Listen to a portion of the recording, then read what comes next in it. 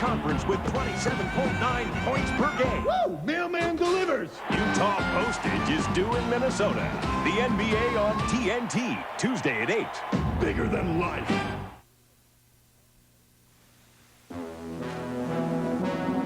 The following is a presentation of TBS Sports, exclusively on TBS.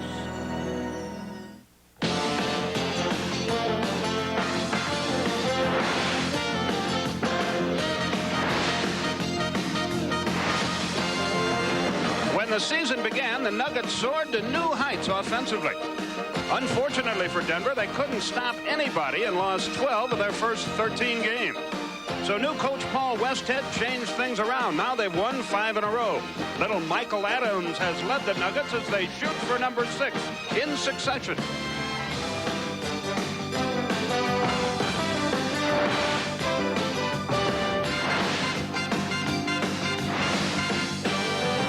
It's Spud Webb who's under the gun for the Hawks tonight. He plays Michael Adams. On the 11th day of this trip, the Hawks have traveled 7,500 miles. They have nothing to show for it except 5 losses in a row, including a 39% shooting effort Thursday in L.A. 2,000 miles to go. The Hawks could use a win.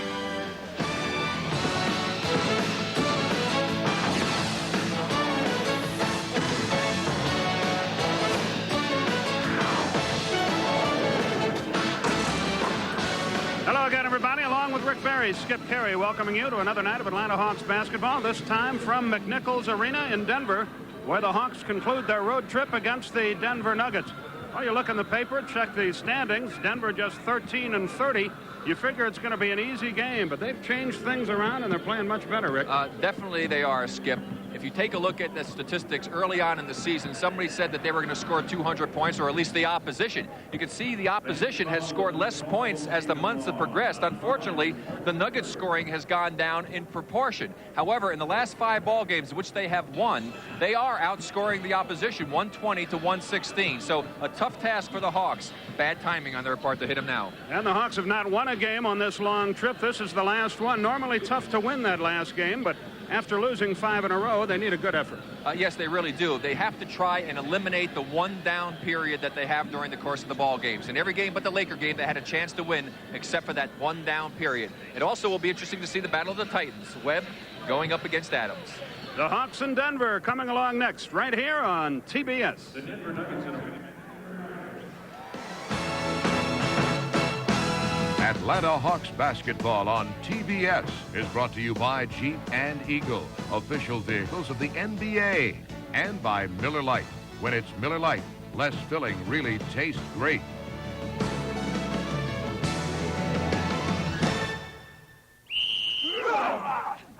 We Brits are learning your American football. Right, Joe? Yeah, right.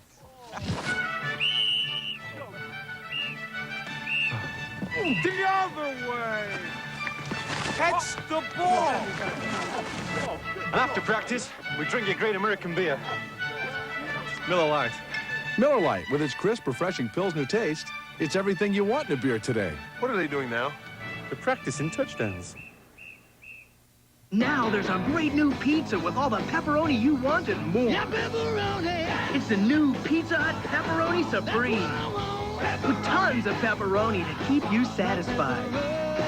Plus all the mushrooms, onions, and green peppers to make it supreme. And now for a limited time, get a medium pepperoni supreme for only $6.99. It's the new pan pizza you've always wanted, and now it's all yours. Pizza Hut, making it great.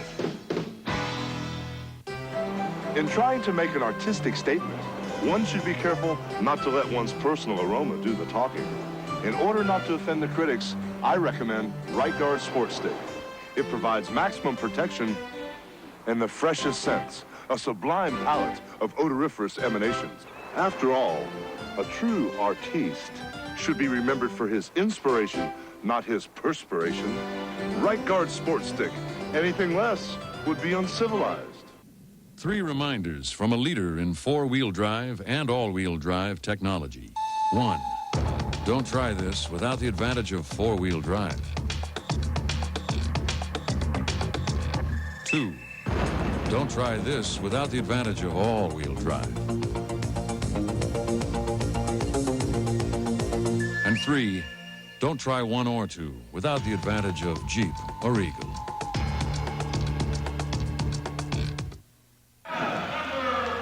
We're about ready to go from Denver, and we sincerely hope you'll enjoy an evening of NBA basketball with us as we look at the Jeep Eagles starting lineups for Atlanta. No changes for the Atlanta team. Ramil Robinson will not play for Atlanta tonight. He suffered a hyperextended knee the other evening in Los Angeles. Bobby Weiss really wants a win in this final game of this long trip. And the Jeep Eagle lineups for the Nuggets. They're a crippled up crew. Blair Rasmussen will start, but he's fighting a stomach virus, and Michael Adams has been red hot. And there's Paul Westhead, the coach of the Nuggets, who used to coach the Lakers. Your officials, as assigned by the NBA, Jim Capers, Wally Rooney, and Ron Oleziak. They'll be blowing the whistles as we get ready to go. This Denver team is really crippled up. Chris Jackson bothered by an irregular heartbeat as well as Tourette's syndrome. Hanslick is on the injured list. Lichty is suffering from knee surgery. Woolridge, they hope, will be back right after the All-Star break with that detached retina, and Todd Lichty with the knee problem. But they've been playing great basketball. There's Orlando Woolridge. He's doing some analyst work on Denver radio. So we're ready to go, and we sincerely hope you enjoy it. Lichty and Hanslick side by side. Lichty on the left, 2 of the other crippled Nuggets. But they're doing fine without those guys. So we're ready to go. Joe Wolf is from North Carolina. Anthony Cook from Arizona. Rasmussen from Oregon. Adams from Boston College. Reggie Williams from Georgetown. Not familiar with the Denver team. Excuse me, one of the keys for the Hawks is the big men.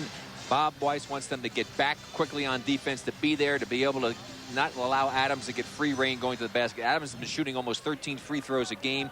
The last 2 games over 40 points a game. Last 5 he's scoring almost 36 a game. He's been a big key for them.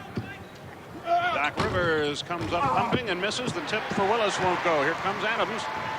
He rushes it up the floor, and Denver cannot buy a basket. Out of bounds, belongs to Atlanta. So the Hawks will bring it up. Yeah, they're not bashful. Still.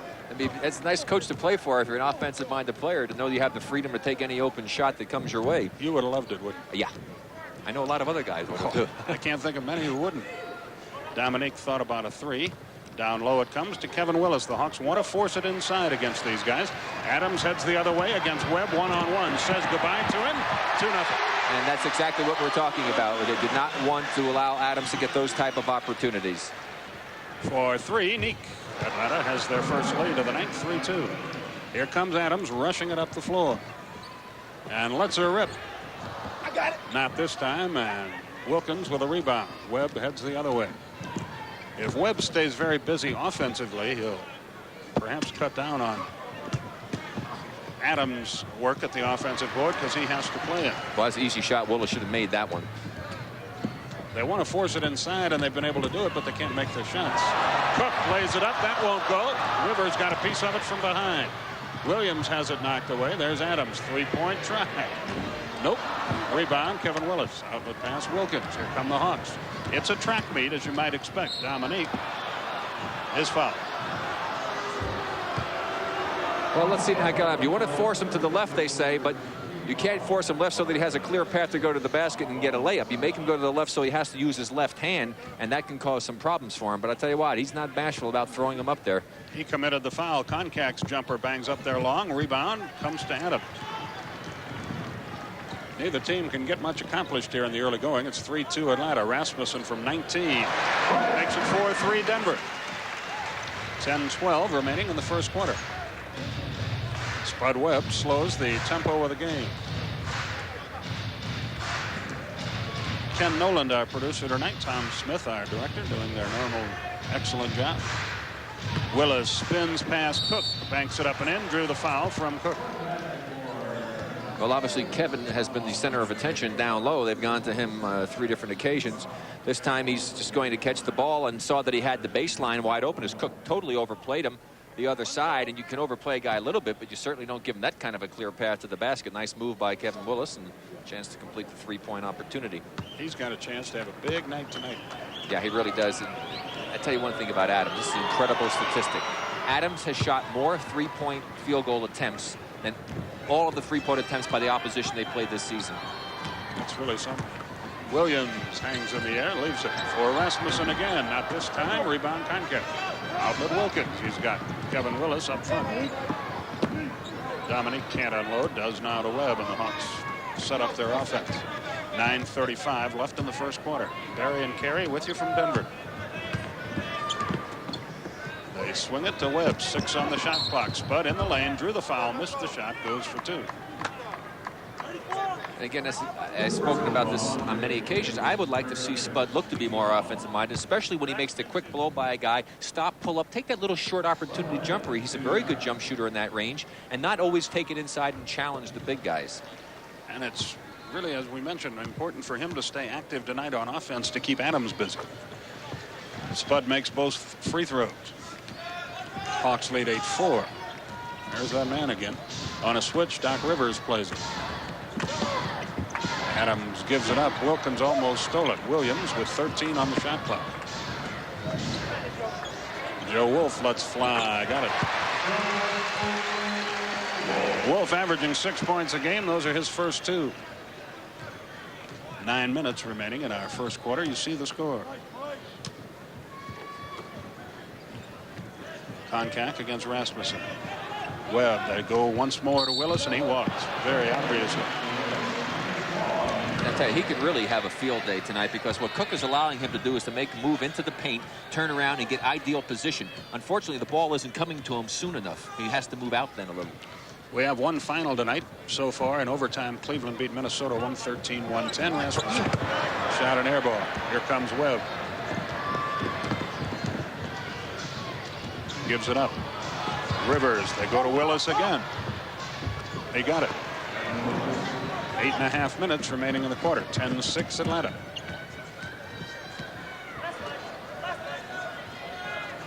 Wolf against Wilkins. Rasmussen, head of the key. Willis, the rebound. Doc Rivers with the ball. Bobby Weiss with play instructions. Our next game with you will be 2 weeks from tonight against Seattle in the Omni.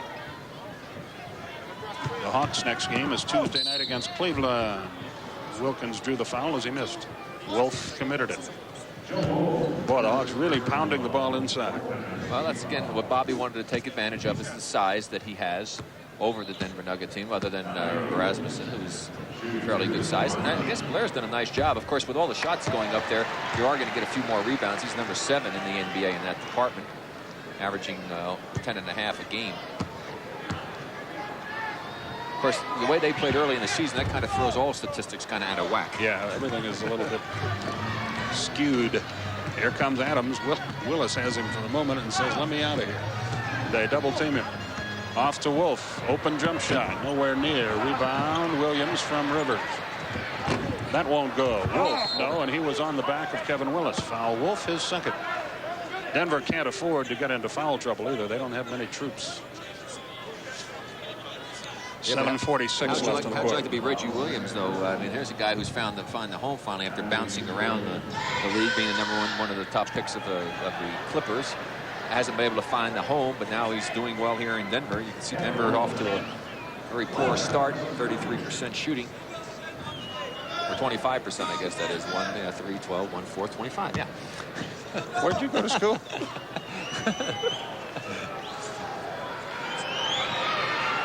Willis makes the first. That's doing all those games I did with Bob Neal. It rubbed off on me. No wonder the University of Miami gave up basketball for all those years after you went through there. 12-6 is our score.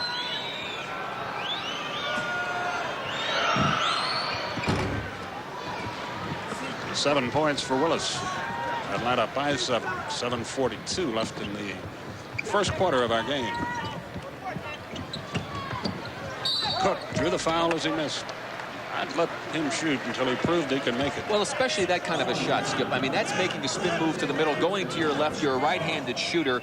He's drifting. That's really a bailout. You have to let a guy prove that he can make those shots consistently. Pretty good defense. You know, prove that he can make it. Cook shoots 2. He's averaging just under 6 a game. When you get a chance to play, he's, as he has lately, he's made the most of it. He's out of the University of Arizona. 1 out of 2 there. 13-7 Atlanta. Pressure all over the floor by the Nuggets. Webb double teamed off to Wilkins, ahead to Rivers. Hawks beat the press, have a 3-on-1 to Conca. Offensive foul, Conca. His second. Moses Malone will come to work for Atlanta. And that's really a blown opportunity there. You've got a 3-on-1 break, and I don't think it was a good choice on Doc's part that time to give it to John running in from the wing when he had Willis on the left side down low. As we mentioned, Malone checks in, Concac out. And Adams brings it up the floor. Boy, they ask a lot of him. He does everything but inflate it. Wolf set the pick. Speaking of inflated, the balls here are blown up with a lot of air. If I were playing, I'd ask the official to take some air out of it. And that's the reason for long rebounds. When you get a lot of air in the ball up here in this altitude. Foul will be on Willis, reaching in. First on Willis. Let's take a look at the first pressure that we saw on the part of the Nuggets here. Quick inbounds pass, reverse it back to the guy who threw it in there is one of the things you can do, but instead they do get it back to Neek, but forward and then quickly up the court. You always pass it to beat the pressure. You can always throw the ball a lot quicker than people can move. Adams gives it up. Wolf with the left hand. Hawks are doing a good job on Adams. And Atlanta leads by 4. 13-9 is the count.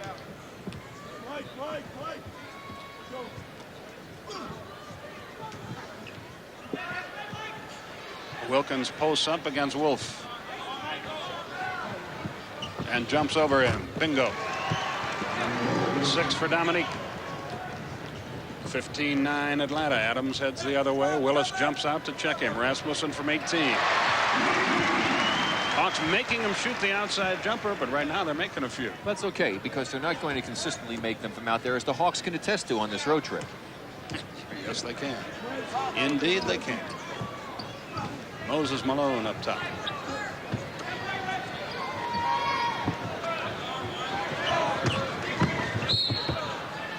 That's 3 on Wolf, I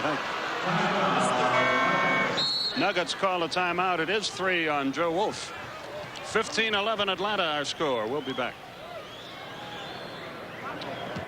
Tonight, TBS presents the most prestigious indoor track and field event in the U.S., featuring the Sports Athlete of the Year, Michael Johnson. The Snickers Millrose Games on U.S. Olympic Gold, a TBS Sports exclusive. After Hawks basketball tonight. This good boy shares what he has with the rest of his class. This bad boy doesn't.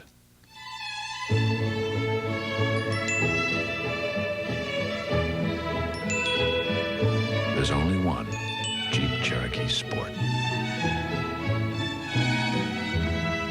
Save $700 on new 1991 Jeep Cherokees. Always talented, not always recognized. Well, I guess it's about time we became acquainted. TNT puts together a month of groundbreaking films, rare shorts, hidden treasures, and unique performances.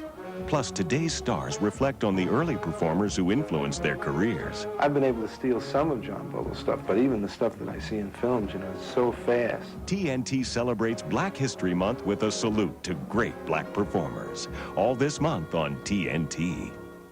Sunday, C-Man, Terry Taylor.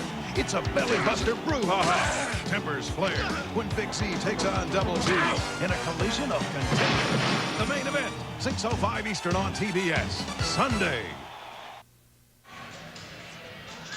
This is great, folks, if you haven't seen this one. Del Harris used to be my coach down in Houston. Now he's at Milwaukee. Watch this. That's Michael Adams. Del was complaining. He came out on the court and just decked Michael Adams. That had to make a lot of blooper reels, I'm sure, on the nightly news. I would have called it an offensive foul. Del clearly had position on it. Yeah. It cost him an ejection and $1,000. Look at Michael. Look. Of course, tonight, Michael hasn't had a whole lot to smile about. He does have 3 assists as Neek misses the first free throw. He's only 1 for 3 in field goals for 2 points, and he has missed 2 of those shots were three-pointers that were off the mark. Wilkins now 1 out of 4 from the foul line. Adams, lob pass. Battle is in the game. The kid out of Illinois, and he missed it. The foul is called on Spud Webb. You know, they've not been able to call goaltending on that one because Moses had his hand up in the net as the ball was up on the rim. But Michael Adams is doing more than just scoring. I mean, he's number 3 in the NBA in assists, averaging 11.8. Well, watch the lob again. Now keep an eye on Moses on this play as the ball gets shot. Mo comes down. There you go. See, he's in the net, and the ball's going to be up there. He still had the net when the ball went up over the cylinder. That could have been goaltending. You're not allowed to do that. Battle. Left hands the free throws in. Denver goes to pressure. Wilkins is double teamed backcourt. Gets it to Spud. Back to Dominique. Front court Rivers and a whistle. He stepped on the sideline. Ball goes back to Denver. So the pressure pays off, and suddenly Denver in a position where they can tie the game with 5:50 left in the first quarter. Rasmussen turns, misses, rebound Moser. Spud Webb with the outlet pass. Into traffic, great pass. Willis slams it home. Spud Webb got him the ball in great shape. 9 points for Kevin Willis. Here comes Adams. He sails by Spud, banks it up. Great shot. That's why you want to make him go left. Spud heads the other way. Adams, just his second basket, but he's doing a lot of other things out there.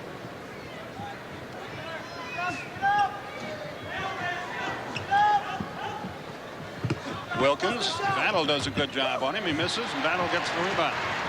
Adams with the outlet pass.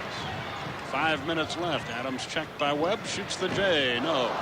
Rebound, Battle for, out of bounds. Belongs to Atlanta. We'll watch Spud get the penetration, which causes so many problems defensively. There, first of all, you saw the back turn, and then Rasmussen had to come over to help out. That left Willis wide open. Doc Rivers on the left wing, shoots the jumper. Nope. Cook the rebound. Denver can tie the game. Adams, great pass. Benny Battle gets the basket, and we're tied. Rivers up the floor for Atlanta with play instruction. The crowd very much in the game at the moment. We're tied at 17. John Battle about to come to work for Atlanta. Malone against Rasmussen. And a whistle. That's illegal defense. Dwayne Farrell will check in for Atlanta as well. Now So watch what he Farrell does. and Battle in. He's going to take Neek, makes Neek commit. Doc Rivers not quite quick enough getting down the court to be in good position defensively to play the 3-on-2 game defensively, which most coaches have guys work on. Battle will try to get the ball inbounds and does just in time to Webb. They go low to Malone. Rasmussen plays him. Moses jump shot. Yes. 19-17 the score. Here comes Adams. He goes left and has his pocket pick. Good outlet pass. Malone ahead of the pack. Puts it down to avoid the travel and shoots the layup. Hawks by 4. Adams sprints to the other end. And a foul. See, but you notice he still brought it back with his right hand. I mean, he just does not do all that well with his left, but he's very clever at getting the shot off and makes it come back. See, he made him go to the left. He can cross over now. See, he wants to come back with the right hand. Spud actually hit the ball. Almost was able to go ahead and prevent an opportunity for the basket to go in as Sidney Moncrief enters for the Hawks. Moncrief is in, and surprisingly, Wolf comes in with 3 fouls. Rasmussen has had that stomach virus. He can't go as long as normal. And one of the problems that the Hawks are going to have here, and having played, I experienced it myself, and living up in the altitude now, is that the toughest part is when you go hard, it's not bad. But now these guys who are sitting down, when you come back in and try to go again, that's when being up here in this light air can have an effect on you, trying to get that second win. John Battle with the ball, dribbling the perimeter. Atlanta by 1. Moncrief to Malone, knocked away. Moses tries to get it back, and a foul will be called on Liberty. Marcus Liberty push Malone out of bounds. He's out of the University of Houston. We'll see. Moses has it knocked away. It's kicked over. He pushed off, got away with that one. Now he tries to steal it. I mean, save it. And I don't think that really was a foul. Mo was kind of off balance himself as he went for the retrieval. Break for the Hawks. And Malone will try to capitalize on it. 3:36 remain. This quarter's gone on forever, Ed. Well, the Hawks have hammered it inside and had an opportunity to get to the free throw line a great many times. Well, you should have been with us last night. Sidney Moncrief walking through the hotel, and a youngster about 14 years old, first Adams to the hole and a foul on Sidney. 2-shot opportunity. Walks up to Moncrief. I was walking in the other direction. We were passing, and he said, "Moses, could I have your autograph?" You should have seen the look on Sidney's face. New York wins a game. Sacramento can't score any points. Orlando over Miami in the Battle of Florida. As we told you, Cleveland beat Minnesota. Detlef Schrempf, 29. Despite got being kicked out of the game, and the Pacers won. Gary Payton got thrown out as well. I guess they mixed it up. Adams shoots his free throws like hand grenades, but he makes them. If they're going to keep sending him that way to the left, somebody's got to step in to help cut down the lane so they don't have that penetration in that lane to go down. Hawks handle the pressure beautifully this time. Battle into Wilkins. Little hook good. They handled it perfectly. 25-22. 3:20 left in the quarter. Adams on the run. Rebound yanked down by Mr. Wilkins. Hawks by 3. Dominique spins on Battle, shoots the jumper. Battle played him pretty well. He anticipated the spin move. That was really good defense. 4-3. Negative. Tip. No. Lane is in the game and tips it in now. Jerome Lane out of the University of Pittsburgh. I kind of hope he gets fouled because it's a real adventure when he goes to the line. He's shooting about 30-something%. Battle heads the other way. Malone sets the pick. Battle the layup. That's terrible weak side defense there on the part of the Nuggets. It's one of the reasons they give up so many points. They've been known to play bad defense. Liberty and a foul on Wilkins. Boy, if you like fouls, this game is terrific. Timeout is called here. The score is 29-24 Atlanta. 2:31 left, first quarter. The Caribbean calls you with the sweet sea breeze and more. Discover the joys of Royal Caribbean's Caribbean. 3 to 10 night cruises to the Bahamas, Virgin Islands, Barbados, and more on the grand resorts of the 7 seas.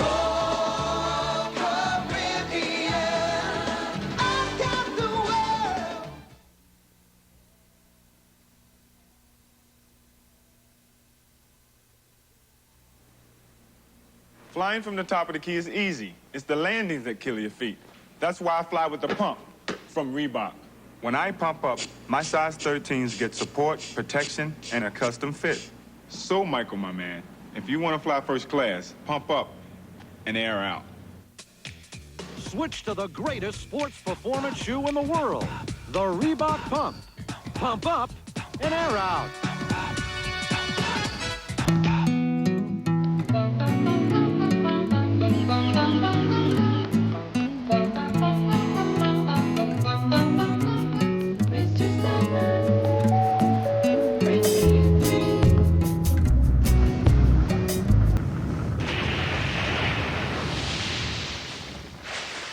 Introducing the new Jeep Wrangler Renegade, the most powerful Jeep 4x4 ever made.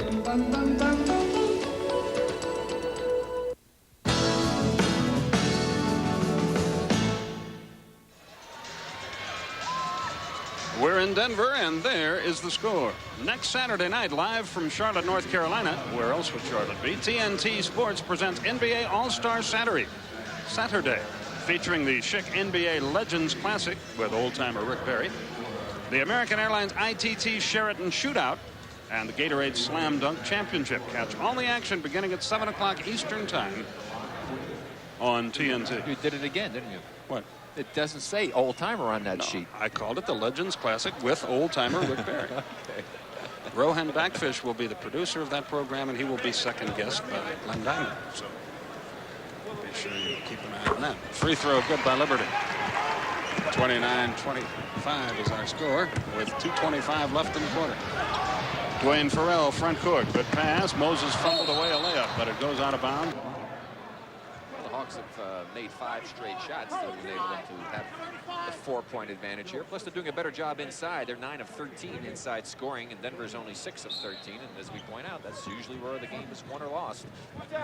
And that's what Bobby wanted to do. Farrell takes it inside, and an unmolested layup. That's why Denver's lost 30 games already. They can't guard anybody. Yeah, you're not supposed to be able to drive from that far out without somebody challenging you.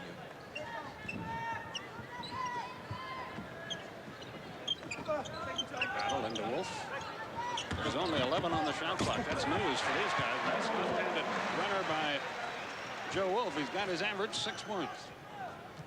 We're in the 2-minute period, as you see. Atlanta by 4.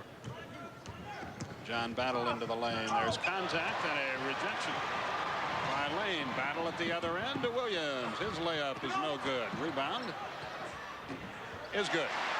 Battle.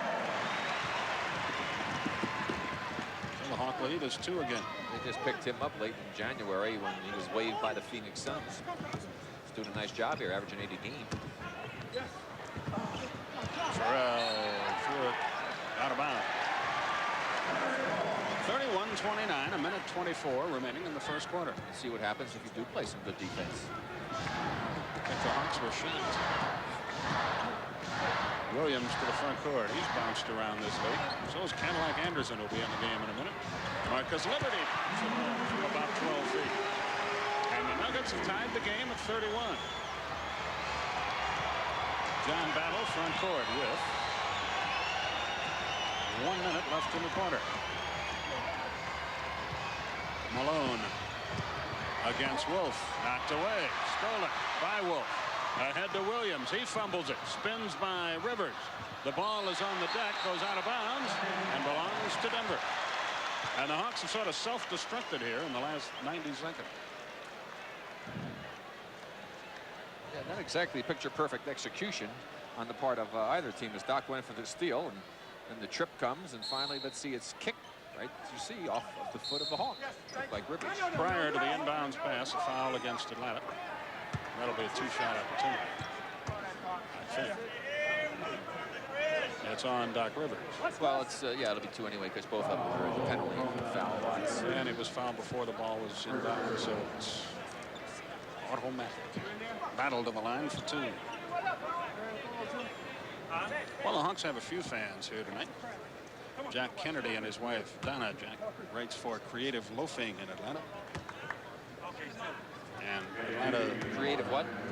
Creative Loafing. Creative Loafing. Yeah, it's a freebie newspaper. But a pretty good one.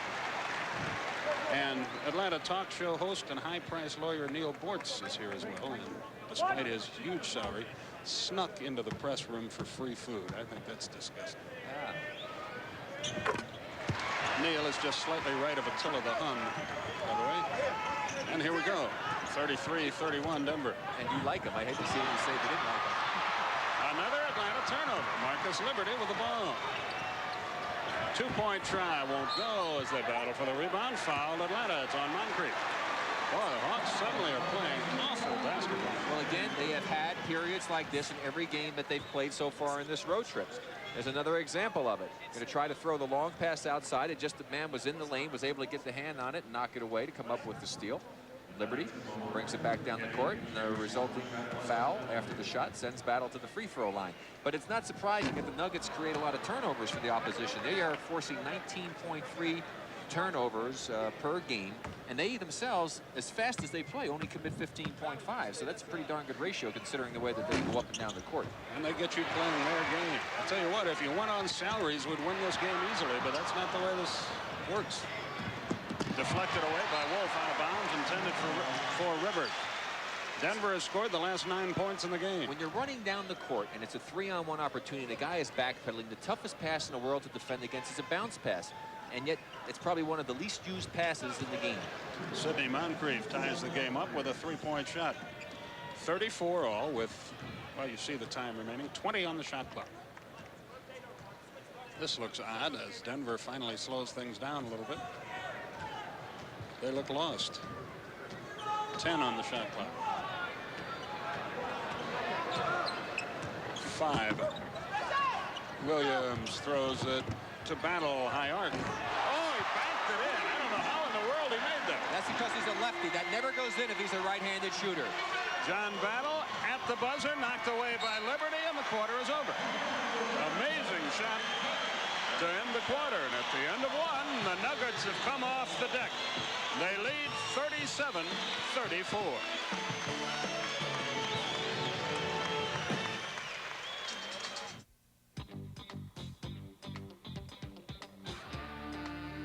More and more beer drinkers are discovering that the right choice is the light choice. Miller Lite. With its crisp, refreshing Pilsner taste, it's everything you want in a beer today. So move up to light.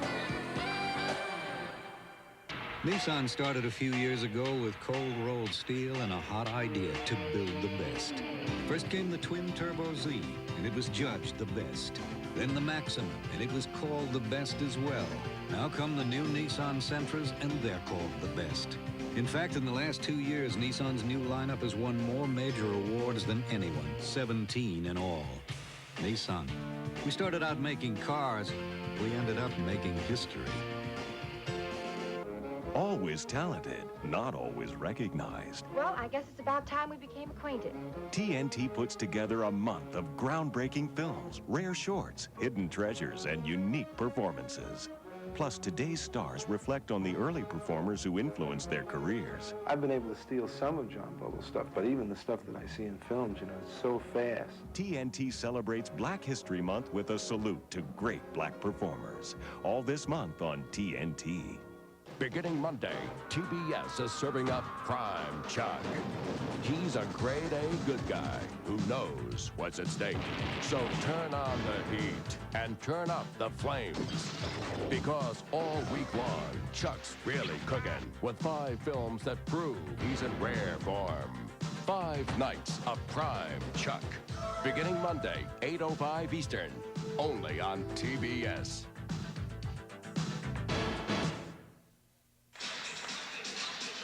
Well, Denver took their first lead on this play. Good defense by the Hawks to double, but Williams finds an open man in the corner. Battle. See the left-handed shot. It catches the top right corner of the backboard and kicked it in. What an incredible shot. Had he been a right-handed player, that ball hits the side of the basket. Had no chance for it, but he could stand there all day and never make that shot again, maybe for the rest of his life. You can see the Hawks shot a terrific percentage. Denver got more shots up, of course, also got to the free throw line more often, and out-rebounded the Hawks and got a good performance off their bench. Battle being one of the guys. Konkak and Wilkins back in the game for Atlanta. Michael Adams checks back in for the Nuggets. Marcus Liberty up top. Back to Adams. Adams lost it. Cook gets it over Konkak. Rebound, Sidney Moncrief. Atlanta heads the other way. 37-34 Denver. The second quarter has just begun here. Battle, bingo, 2-point and a 1-point game. Yeah, Battle, one of the guys that they needed to have in Seattle, and he twisted his ankle, couldn't play the second half of that ball game. That really hurt them as far as having his outside shooting, and then he was not a big factor in the next ball game down in Portland. Willis missed the game against Utah, so they've had their problems on this trip. Adams goes baseline and misses. Lane missed a tip, makes a tip. Jerome Lane got good position and tapped it in with ease. 3-point game. Yeah, had excellent control too, just using one hand. He had another one a little earlier in the game. Moncrief gives it to Konkak. His open jump. Nope. Rebound Lane. He's got to make that shot with more consistency to help the Hawks. Adams right down the middle, scoops it up. There's Liberty. And that's about, I think that's 7 now offensive rebounds that the Nuggets have had. They had 4 at the end of the first quarter. They've just gotten 3 right now. And got them very late in that quarter. The last 2 minutes, they got virtually all their offensive rebounds. Battle almost walked. Konkak open again. Won't go again. Laying the rebound. Kevin Willis about to check back into the Atlanta scheme of things. All alone. Liberty has really helped him. has 7 points. And a timeout is called by Atlanta. And the game is slipping away, perhaps. 43-36. Biggest lead of the night for Denver. Sunday morning on TBS, World War II. In the wake of Pearl Harbor, one battle will decide the war in the Pacific. Henry Fonda, Charlton Heston, and Glenn Ford. Let's get to battle stations. Midway. Then, Vietnam. The rules of war have changed, but the bravery of America's finest hasn't. John Wayne leads the Green Berets. Midway, followed by the Green Berets. It all begins at 10:35 Eastern on TBS Sunday morning. Sometimes I dream I'm in Italy, driving this incredible sports car. And my boss is there. He says, "We need a ride to the shareholders meeting." Now, here's where it gets weird. The sports car has 4 doors. I mean, there's no such thing as a 4-door sports car. It's just a dream, right? Won't you sail away now, where the sun warms every shore? The Caribbean calls you with the sweet sea breeze and more. Discover the joys of Royal Caribbean's Caribbean. 3 to 10 night cruises to the Bahamas, Virgin Islands, Barbados, and more on the grand resorts of the 7 seas.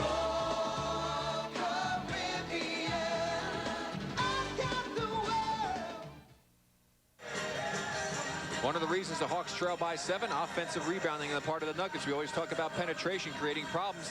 You see Koncak had to come over to help out, and the Nuggets get good inside position, get that long bounce, and boom, the ball is right back in the hole, and the Hawks need to regroup here. They're down by 7. John Battle handles the ball up top and jumps. Thank goodness for him. He's come in and shot it well. 43-38 is the score. And he came back to the huddle that time and said, hey, get the ball to me down low. I got good position. He was 4 for 5 in the first quarter and hasn't touched it yet offensively here. There goes Adams. Bangs it up there too hard. Rebound by Kevin Willis. So Atlanta controls the ball, down by 5. 9:45 left in our first half.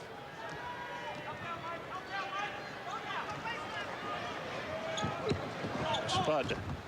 Nope. Rebound off the deck. Rasmussen back in the game. Here comes Adams again. Cross court. Lane almost walks, now jumps. As they battle for the rebound, a foul against Denver. Cook.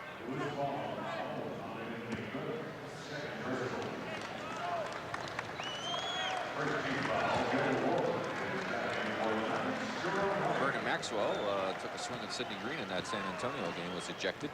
Looks like the All-Star break is getting here just in time. A lot of punch-outs tonight. Battle into the lane. That won't go. Rebound, Wolf. Michael Adams up the floor. Off it comes to Williams. And a foul as he missed. It's on Kevin Willis, his second.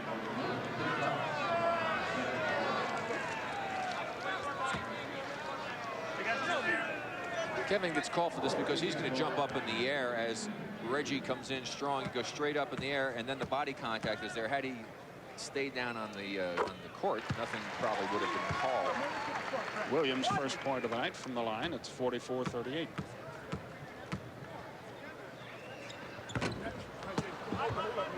Willis with a rebound. I tell you, Reggie made a heck of a start when they picked him up. 24 points, I believe he got in his first outing as a starter. He's bounced around, but maybe has found a home here in Denver. Webb looks to Wilkins. Spud. Nope, got to hit that shot. That's 2. He's got 2 wide open shots. Koncak's had 2 wide open shots by kicking it out. Those guys have got to make them. Or you get beat. Rasmussen does make it. 46-38. 6 for Rasmussen, biggest lead of the night. 8.5 minutes left till halftime. Willis, there's the little hook. Kevin is having a good night offensively. He has 11. 46-40. Denver has the lead on the ball. And they're doing it without Adams having a big night. Rasmussen again over Willis. So now you're going to have to go out and play him because he's making a believer out of you. Well, he could just as easy start missing all those like he was in the first quarter. Battle goes to the hole, and The foul is called on the break. Looked like he popped an elbow out there as he sailed in there. Yeah, it looked like he threw his left arm out as he made the penetration. But here's the trip before down the court. Battle with the good bounce pass inside to Kevin Willis. Just backs in on Cook. And Williams should have attacked him. He just kind of made a token swing at him, and that allowed Kevin to make the swing into the middle. Had Williams gone down and just went double teamed, Kevin would not have been able to make that move. Cook commits his third foul. Wolf has 3 fouls. Kenny Battle checks back into the game. Well, if they keep hammering it down inside, keep drawing fouls, this team with injury problems could have some difficulty, and they'd have to go to the bench, and that could be a big difference in the game. 48-42 is our score. Williams, 3-point try, and he drills it. These guys aren't doing a whole lot wrong. It's a 9-point game, 51-42. 7:45 in the first half. Wilkins eludes Battle, banks it up good, and a foul. 4 on Wolf. That's 4 fouls on Wolf, so they are in trouble now. And the gamble by Westhead does not pay off. Yeah, well, the floater almost was picked off, but by doing that, Wolf had to come over to help out because the defender, Lane, got out of position, and that draws the problem. It was Battle, actually, who went over to try and make the steal. And had Battle maintained his position, Joe Wolf would not have had the help, and he wouldn't have picked up his 4th foul. And he stays in the game with the 4 foul. 51-45 is our score. Williams, checked by Konkak, jumps over him and gets a very fortuitous bounce. They've had a couple of those tonight. They lead by 8, 53-45. Now go back inside again. Dominique with a hook. So Dominique said, hey, I got great position. Get me the ball, and he's producing. He has 15 points. Nobody helps Webb at all, and Adams gets an unmolested layup. Now, does that tell you how quick he is that Spud Webb can't stay with him? Konkak fumbles it on the way up. No whistle. Reggie Williams at the other end, 2-on-2, shoots the jumper. 10-point game, 57-47. Atlanta just cannot stop him at the moment. 6:45 till halftime.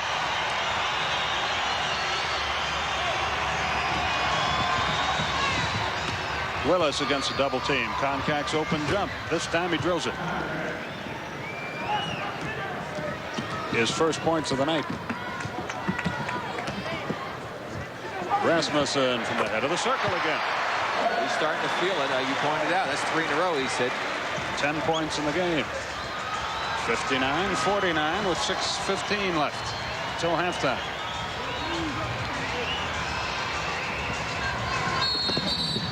That might be on Williams. It is. And play is halted here. Anthony Cook checks back into the game.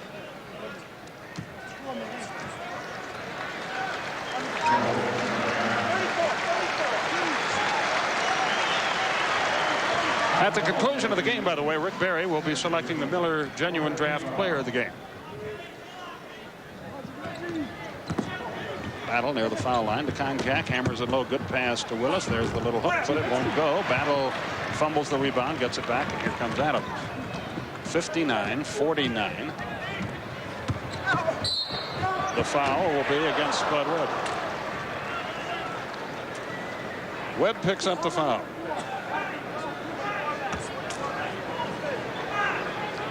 Watch again the quickness. You want to force him to the left. There's the crossover, the quick left move.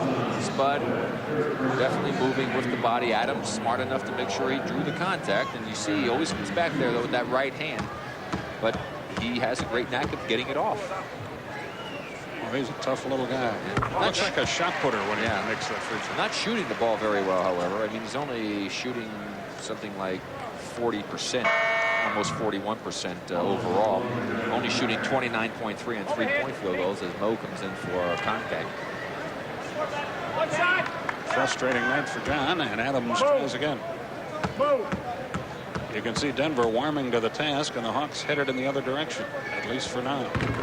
Adams knocks them both down, biggest lead of the night. I keep saying that, 61-49. Webb front court. Denver's turned their game up a notch here lately. Foul Rasmussen.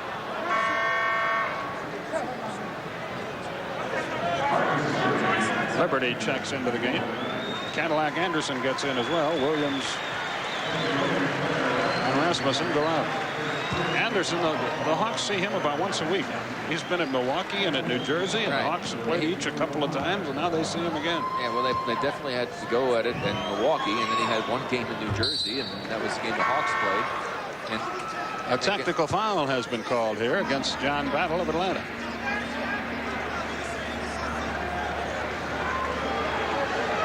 That's the quietest technical perhaps in NBA history. That was right in front of us. I didn't see John say anything. He's saying he got it for something that he'd said before. It was like a time delay technical. Well, that's not the way it's supposed to work. Adams takes care of that. And we hear the young official Ron Oleziak explaining to Bobby Weiss. Said for the last 5 minutes he's been something or else. I don't think you get him cumulatively, do you? Maybe you're an expert. You ought to know. Oh, thank you very much, Skip. Listen, I got one for just the way I was looking. I mean, how's that for one? You didn't like the way I was looking at him. Well, I appealed that one. I bet you did. 62-50 the score. Adams almost walked.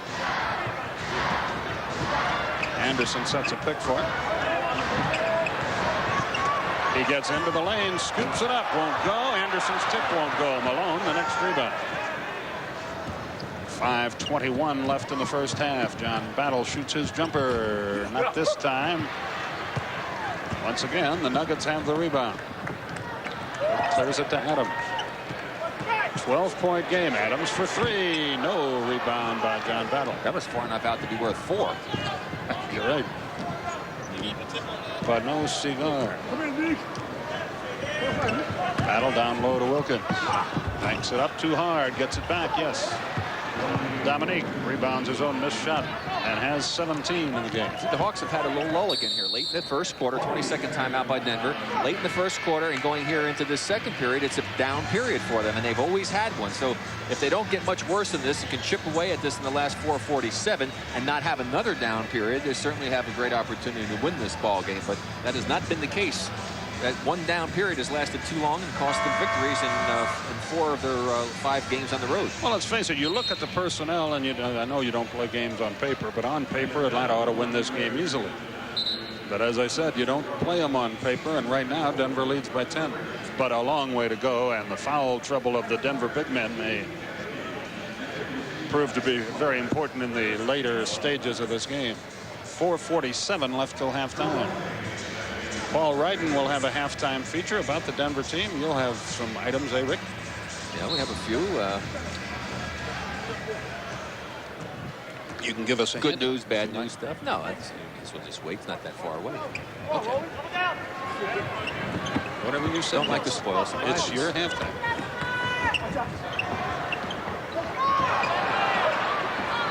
That worked out okay, but only 2 on the shot clock. Look at that. Liberty throws up a prayer and gets an answer. He's got 9, and he has really played well off their bench.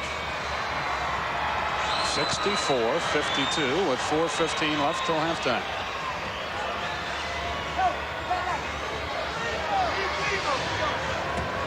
Rivers posts up against Adams. Battle. Wilkins and a whistle. Illegal defense against Denver.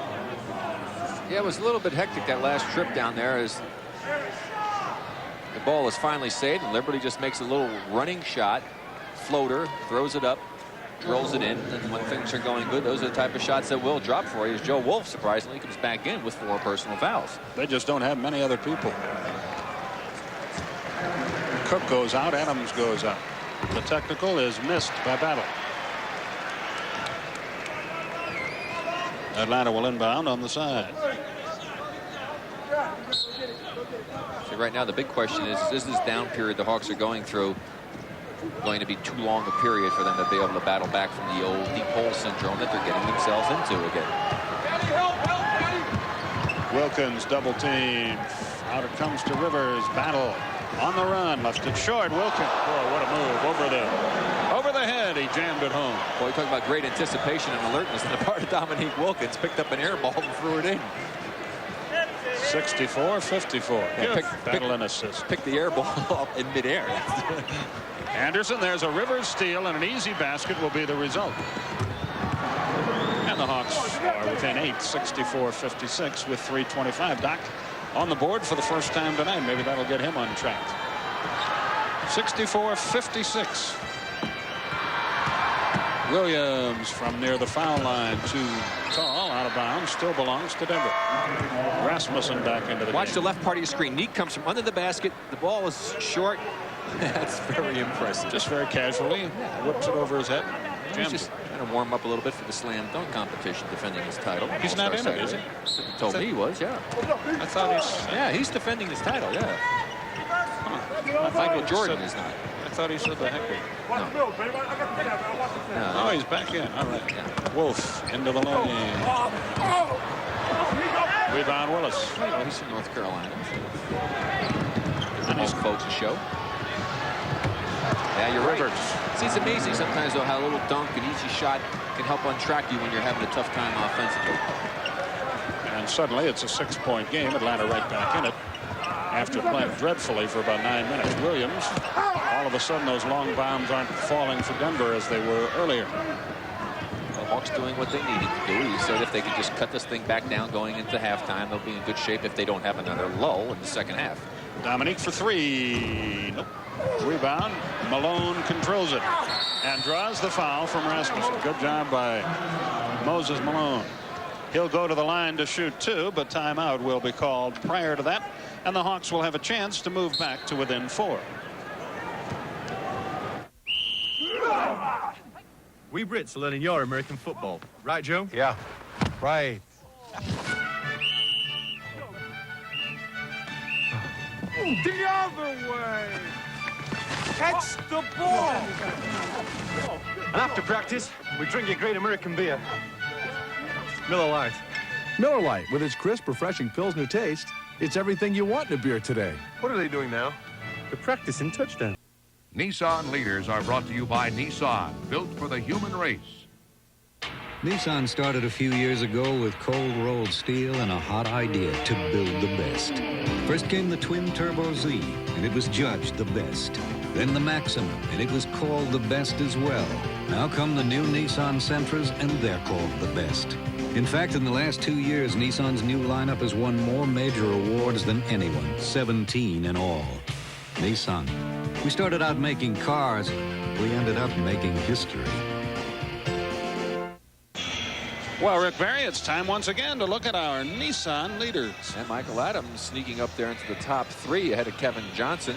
And just look what John Stockton is doing. I mean, Magic Johnson's having a great year again with the Lakers, and they're on a roll, but Stockton just always seems to be able to stay ahead of him.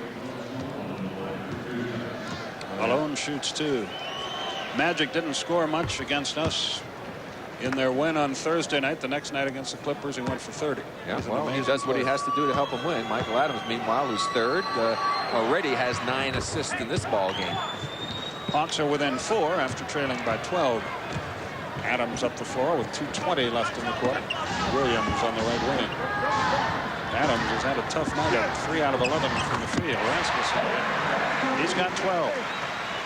8 of them in this quarter. 66-60 is the score. Denver on top. And we have reached the 2-minute period. And John Battle just traveled with the ball twice. Doc Rivers can't buy it. Lane, the rebound, looks to unload, makes a terrible pass, and it's picked off by Kevin Willis. Dominique for 3 more. Rebound, Lane again. This time he hands it off, and a whistle and a foul is going to be called against Lane. Jerome Lane. And Doc Rivers drew that. I think kind of like Lane more or less gave that one out. He kind of drilled him. Watch Lane right here. Gonna kick the ball off to Adams. Now watch this move. I mean, he just came over and laid one on him. Jimmy Capers turned around, blew the whistle, and said, gotcha. Rivers with the inbounds pass. No pads in this game either, folks. Dominique is double teamed, looks for help. Good pass to Battle, gets him the open jump. It won't go. There's Malone and a whistle. See, that's the kind of play we're talking about that Neek has been making all season long. Something that he hadn't done in the past. He noticed the setup of the defense, and Rivers, whose man dropped back down inside, was wide open, and he found them cross court to give him the good play. Rasmussen picks up his 3rd foul. They're in deep trouble up front. Moses to the foul line. Moses has really helped the Atlanta team off the glass and offensively. And he shoots 2 here, can bring his team back to within 4. That's 10 points for him off the Atlanta bench.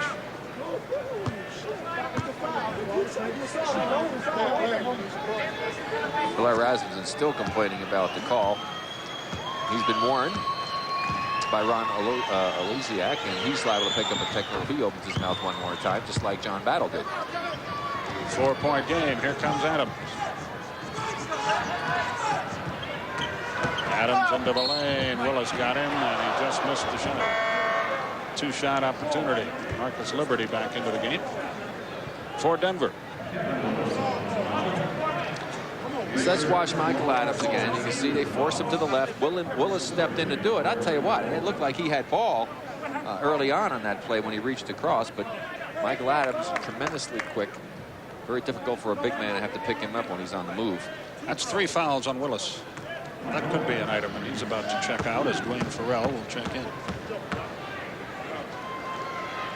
Adams shoots those free throws way over to the right side of the free throw line. Rather strange. He does everything. I mean, he shoots it funny, and he shoots it from a funny place, but he shoots it very well. I know, and you talk about a guy with perseverance. I mean, this guy was bounced around, waved a bunch of times. Look what he's doing now. And now he's a big money guy, and he'll be here forever. Yeah, we're looking at another one now. We'll talk about somebody who was in Scott Skiles. All of a sudden now he's ready. He wants $1.5 million now. All of a sudden he had trouble worried about staying in the league. Battle, and Farrell turned it over. It was Farrell who turned it over. Adams has it blocked away. Farrell gets it right back. Off it comes to Doc Rivers. 68-62. Foul from behind. 2 shots. I think that's 3 on Reggie now, isn't it? No, 2. There's 2. You know, there's an example we talk about, Scott Skiles I brought up, but let's watch this. Let's see if here there's a block coming in. Watch Farrell, waits, times, goes up beautifully. Nice play to tip it and keep it alive. We're talking about a guy like Skiles, a guy like Adams, and we mentioned it in the Laker telecast that there are a lot of guys in the NBA who don't get recognition, who don't get a chance to play, but when they finally do, they turn out to be pretty darn good ball players. Some do, and then other guys get that chance to play, and you find out they can't play. Yeah, right. But but the thing is, at least they got a chance to prove whether they could do it or not. So many guys don't get their shot. Rivers makes 1 out of 2. 5-point game with 1:03 left. In and out. Let's hope he doesn't warm up. Yeah, he's been shooting almost 40% in the last 5 games when he's been going crazy. But normally, the rest of the season prior to that, only 29. He's at 0 tonight. 4-3, the doctor. And Atlanta is right there at 68-66. Adams to the other. What a pass. And a foul on a 2-shot opportunity. And now the Hawks getting themselves into a little bit of foul trouble. And created by the penetration of Michael Adams. You worry about Adams when he's firing him up like that and missing, because he's not going to stay at 0, I don't think. You know it. There you go. Behind the back. Nice move to get the ball to the wide open teammate as Liberty goes to the line. Clank. He has one more. 68-66. 42 seconds left in the half. That was the clank of the collapsible rim. Usually without the collapsibles, you know, because from those days it was more of a boink. Boink. Yes. Boink. The old boink. Dominique pulls up. High arc. Won't go. Malone, another rebound. That's knocked away. Wilkins with it. And a foul is called. Jerome Lane is called for the foul. Michael Adams flirts with a technical. Well, here you go. Neat gets it up high. Now Moses will keep it alive. Try to throw it back up there. Couldn't get it up. And over the top, on top of the ball is Lane. And I really think that was jump ball. He really didn't do very much to Dominique. And he had reason to be complaining. You saw Rasmussen there stay on the ground with his hands in the air and thus not pick up a foul when Malone had that rebound. Smart play by a veteran player. Yeah. Well, of course, he's not a great leaper, but he does a good job with his shot blocking. In fact, he's one of the leaders in the NBA in shot blocking. Denver by 1 with 30 seconds left until halftime. He's 9th in shot blocking, Rasmussen. Now, shooting it tonight, 14 points. Now, they joked about the kind of money that he got, kind of similar to Koncak. It would be nice if John Koncak could give you the kind of numbers that Rasmussen's giving the Denver Nuggets. 71-68. 8 on the shot clock. 5 on the shot clock. 2 on the shot clock. Now the Hawks have all the time remaining. And a 20-second timeout will be called here by Atlanta. Don't forget, Atlanta finally comes home, leaving early in the morning. Play Cleveland Tuesday night at the Omni and Charlotte Thursday night before the All-Star break. Both those games will be on Sports South with John Sterling and Mike Glenn, and tickets are available for both for those of you watching back in Atlanta. The Prudential halftime report comes up at halftime, and that's not so far away. All the scores and highlights from around the league. Take you to New York City for a preview of U.S. Olympic gold. Paul Ryden looks at life in the fast lane here in Denver with one of his Rye feature presentations. Yes.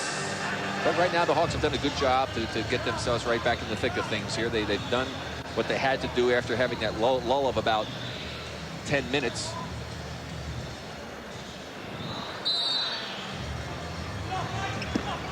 Malone, 1 second, less than a second. Good if it goes. Just missed. So at halftime, Atlanta trails, but they might feel pretty good about it because they were buried a bit ago. 71-68 Denver. That's our halftime score.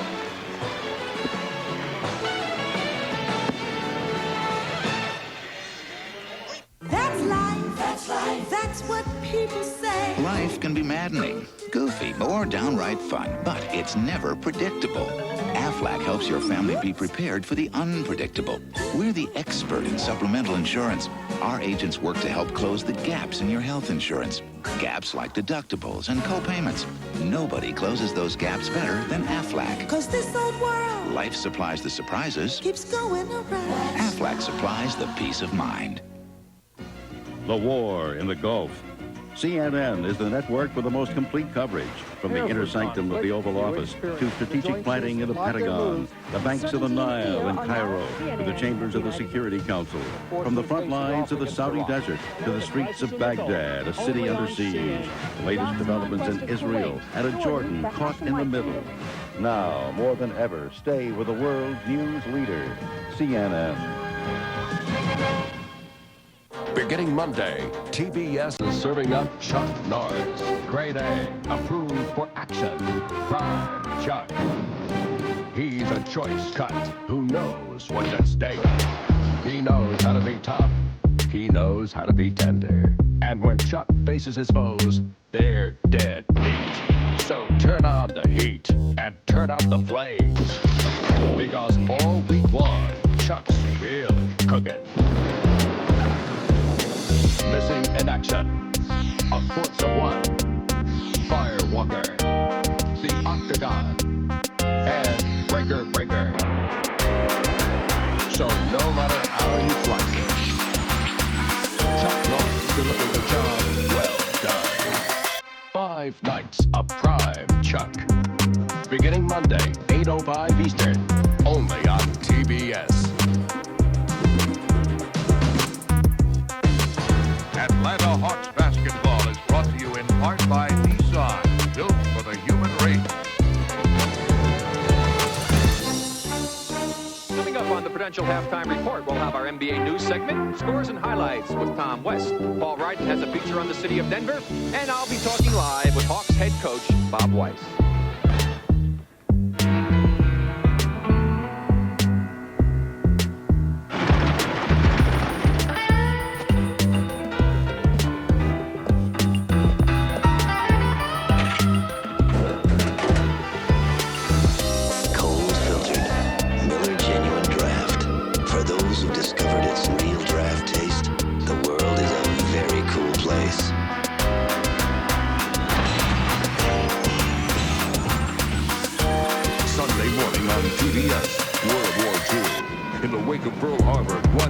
Decide the war in the Pacific. Henry Fonda, Charlton Heston, and Glenn Ford. Let's get to battle stations. Midway. Then Vietnam. The rules of war have changed, but the bravery of America's finest hasn't. John Wayne leads the Green Berets. Midway, followed by the Green Berets. It all begins at 10:35 Eastern on TBS Sunday morning. Beginning Monday, TBS is serving up Chuck Norris. Grade A, approved for action. Prime Chuck. He's a choice cut who knows what's at stake. He knows how to be tough. He knows how to be tender. And when Chuck faces his foes, they're dead meat. So turn on the heat and turn out the flames. Because all week long, Chuck's really cooking. Missing in action. A force of one. Firewalker. The Octagon. And Breaker. So no matter how you slice it, Chuck Norris delivers a job well done. 5 nights of Prime Chuck. Beginning Monday, 8:05 Eastern. Only on TBS.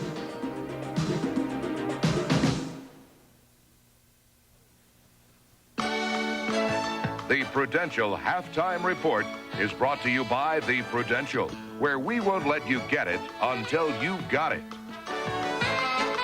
Welcome back to the mile-high city of Denver, capital of the beautiful state of Colorado. It's time for the Prudential Halftime Report. First of all, in our NBA news segment, it's bad news for the San Antonio Spurs. Rod Strickland has fractured the base of his right hand. It happened Thursday night outside of a nightclub. He is out indefinitely. Well, the NBA has announced their choice of Coach of the Week in the NBA. It is Mike Dunleavy for the Los Angeles Lakers. 14 consecutive wins. What a roll the Lakers are on. And there was a surprise last night because Charles Barkley returned to action. And what a return it was. 24 points, 12 rebounds, 8 assists, and 5 steals as the 76ers beat the Suns 96-89. Right now, let's send you back east to the Big Apple and Madison Square Garden, where Dwight Stones has a preview of U.S. Olympic gold, which will be coming on right after tonight's game. Rick, tonight from Madison Square Garden, the jewel of the indoor track circuit, the 84th Snickers Millrose Games, another in a series of American planned track and field meets on U.S. Olympic gold. Covering the meet with me tonight is Craig Masback. And Craig, there are a lot of great events here at the Millrose Games, but I know you have a particular affinity for one event. Right, they're all strong. I love the sprints. The hurdles will be very good. I think there's a good chance for a world record, breaking a record that's been there for 21 years in the 600 yards. But the Wanamaker mile is always the crowd pleaser. And this year we have Marcus O'Sullivan from Ireland trying to win his 4th Maker mile, running up against a tough Algerian, Noureddin Morsali. He's the guy I think might set the world outdoor record in the mile in the next couple of years. There's a good chance of that. So stay tuned for U.S. Olympic gold directly following the basketball game. Now let's rejoin Rick Barry in Denver. Thank you very much, Dwight. Now be sure and stay with us because Tom West will be along with scores and highlights from action around the NBA tonight. And Paul Ryden will have a feature on life in the fast lane here in Denver. Sunday night on TBS. He has no name. What did you say your name was again? I'll kill you! I didn't. No home. A fellow like that, what do we know about him? Who is he? Where's he come from? And only one thing in mind. Revenge. Who are you? Clint Eastwood in High Plains Drifter. Sunday night at 7 Eastern on TBS. Ladies and gentlemen, I wish my old partner was here tonight, because this used to be our song. I have everything. All my dreams come true. Eddie. You in my arms, stocks and bonds, and a hope for two. In the movies, happy endings are easy. But in the real world, they take solid planning. So for peace of mind, investment advice, even buying or selling your home, come to the companies of the Prudential and build your future on the rock.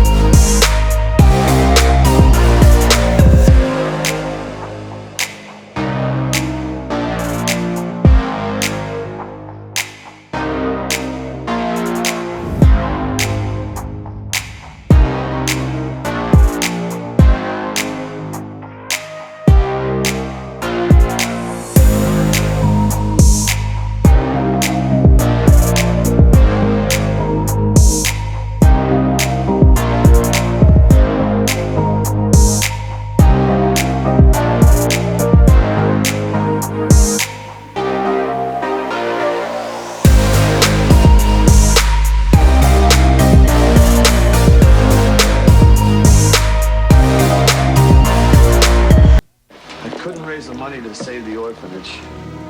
I guess I'm a failure.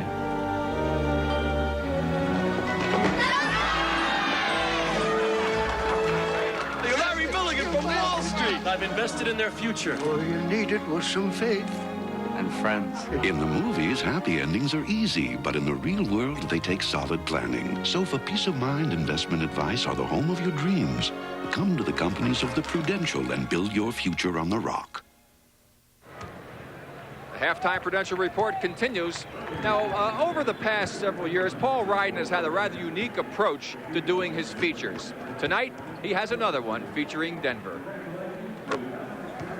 On the offensive end. You've seen the scores on your local sports report, and your jaw has dropped at the sight and sound of them. You look at the up-tempo action of the Denver Nuggets, and you say to yourself, no wonder. But what you may not fully grasp is that Denver's hurry-up, fast-break style of play has affected not only this team, but this entire city. Just look at the traffic, for instance. It moves a little bit faster than it does in your hometown. One advantage of that, rush hour is actually rush half hour. Or if that's too time-consuming, ride Denver's rapid transit. It really is. No, basketball's not the only thing that moves faster than average in Denver. The Nuggets style has left the mile-high city the mile-a-minute city. Police reaction time gets help to the scene of a crime before the crime has even been committed. And while Rome wasn't built in a day, Denver could be taken down in half a day. Children in Denver just love it here. School days are shorter. Why, Denver kids are already home before other schools finish homeroom. There's still homework, of course, but that's no problem. Everyone in Denver's a speed reader, leaving more time for recreational activities. Skiing is nearby if you've got a few minutes to kill. Lift lines are long, but short. In Denver, fast food is just that. But if you don't want to go out, just stay home and order a pizza. In Denver, it's delivered in 30 seconds or less, or you get your money back. You ever notice how other languages sound so fast? Try listening to somebody from Denver. See what I mean? Slow down. I can't. People in Denver, they speak at 300 words a minute with gusts up to 500.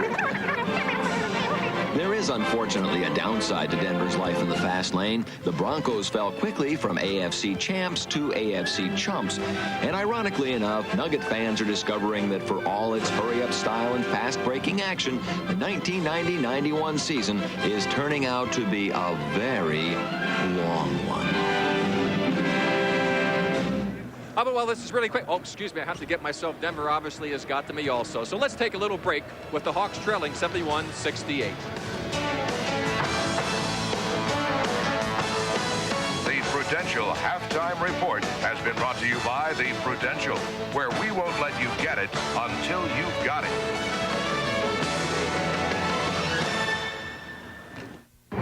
Which 4x4 half-ton pickup gives you better ground clearance, Chevy or Ford?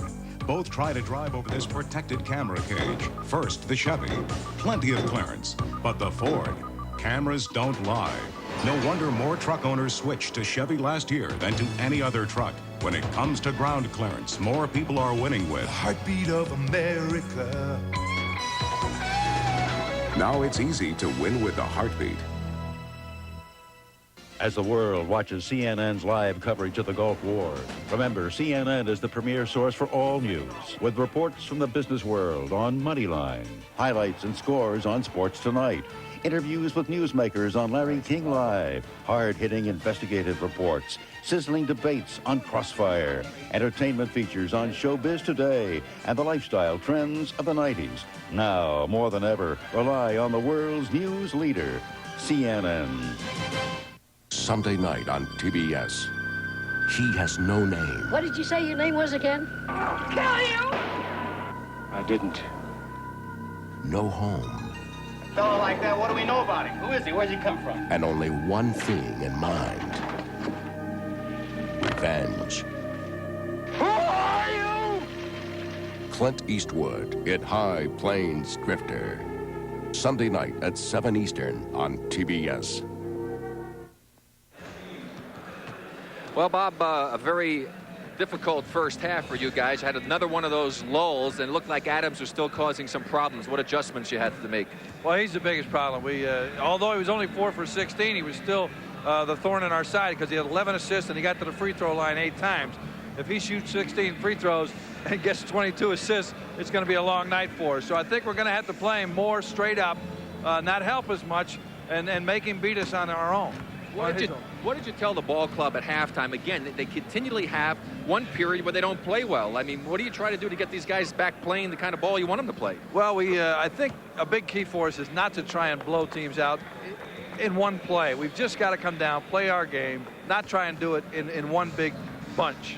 Well, I know this is an important win for you. Hopefully you'll get it because you got 2 games you can win at home before the break. Right, thanks, Bobby. Good luck. Back to you, Skip. Okay, Rick, thanks very much. 71-68 Denver. That's our halftime score, and we'll look at the stats here. The edge in rebounding, interesting for Denver. You wouldn't figure them to out-rebound the Atlanta team.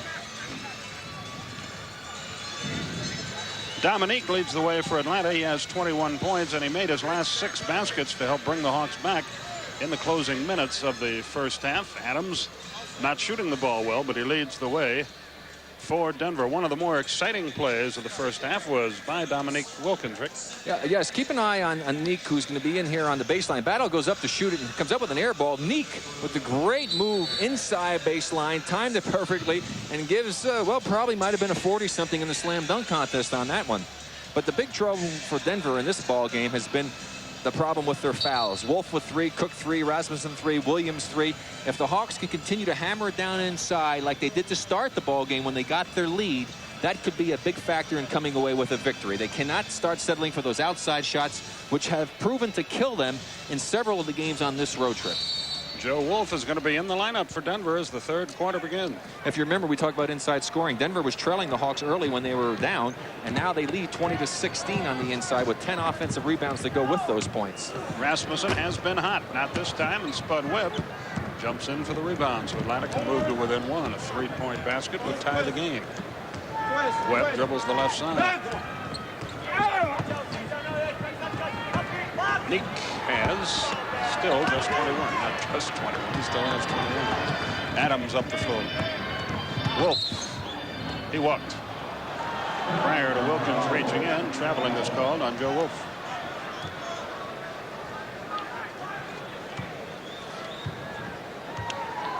.25 left in the third quarter. Got a feel for Paul Westhead trying to deal with this team and still having that lawsuit going on and the problems back there. Yeah, that's a real mess. Sad.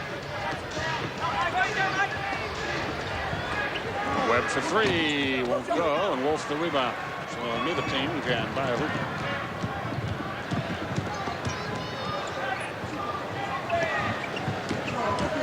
Adams tries a 3-point hoop. No, nowhere near. Rebound by River. He's now 1 for 11. 1 for his last 11. That almost scares you. He's 1 out of his last 11, and Denver leads by 3. This may be the only scoreless quarter in history. And, nobody's scored yet.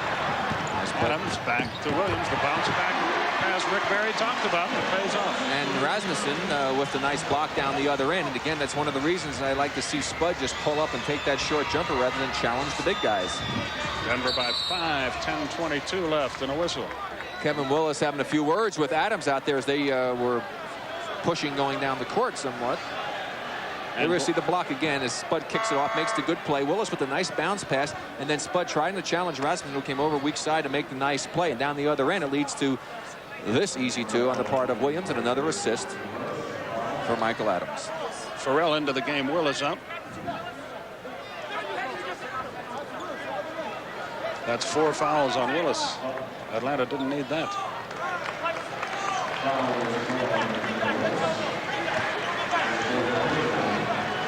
That hurt. Yeah, that's what's the big foul problem that the Hawks have now, because Willis is having a good ball game, especially down inside offensively. Wolf against Koncak gets nothing, but the rebound is good. Cook got the rebound as Koncak had to jump over and try to help. And Denver opens it up to a 7-point game with 10 minutes remaining in the third quarter. Wilkins spins it off to Spud on the base. Back to Dominique. For 3. Cook the rebound. And Adams heads the other way.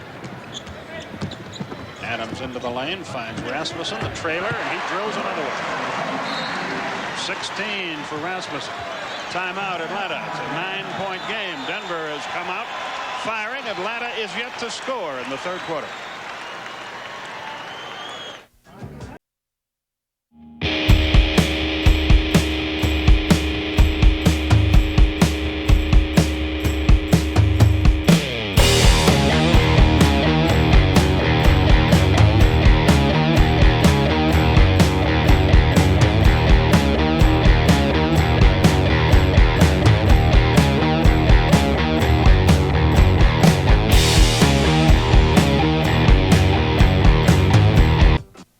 Outside, smoother aerodynamics than a Porsche 928 helped make Chevy Corsica one of the most fuel-efficient cars in its class. Inside, careful attention to detail helps make it a most efficient and worry-free place to be. Corsica, a very comforting way more people are winning with. The heartbeat of America. That's today's Chevrolet. Tonight, TBS presents the most prestigious indoor track and field event in the U.S., featuring the Sports Athlete of the Year, Michael Johnson. The Snickers Millrose Games on U.S. Olympic Gold, a TBS Sports exclusive. After Hawks basketball tonight. Atlanta Hawks basketball is brought to you in part by Chevrolet. See why more people are winning with the heartbeat of America. And by Dutch Boy. Year after year, Dutch Boy is the look that gets the looks. Well, Michael Adams may not be shooting well, but he's doing a great job with assists. He had 11 in the first half. Here he comes crossing over. They force him to his left. People come to help. And there's Blair Rasmussen, who's all of a sudden got the hot hand from the outside.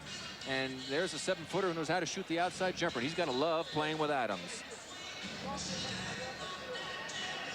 So play is about to resume. They've had good luck against the Hawks division. These two teams split the season series a year ago. Webb up the floor for Atlanta. 77-68. Dominique against Wolf. Wayne Farrell's jumper. Yes, sir. Farrell gets the Hawks on the board. It took him 2.5 minutes to scratch in the third quarter. 77-70 the score.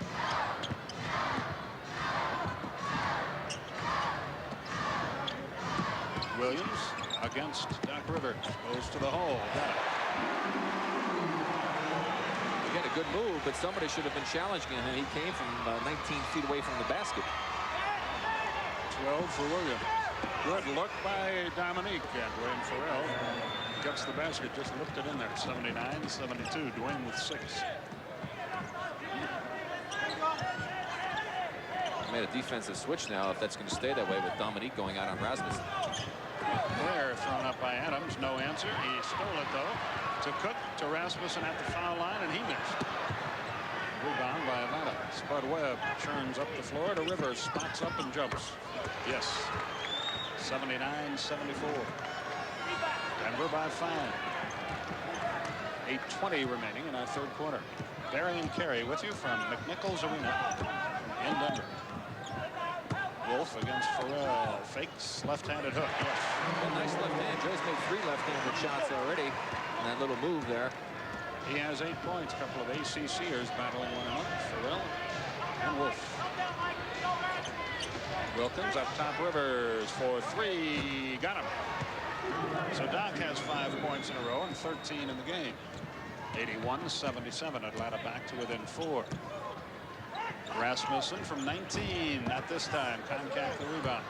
Off it comes to Webb. Atlanta can close to within a field goal once more. Spud with play instructions heads to the left side of the floor. Dominique with the hook. Wolf the rebound off to Adams again. Here he comes.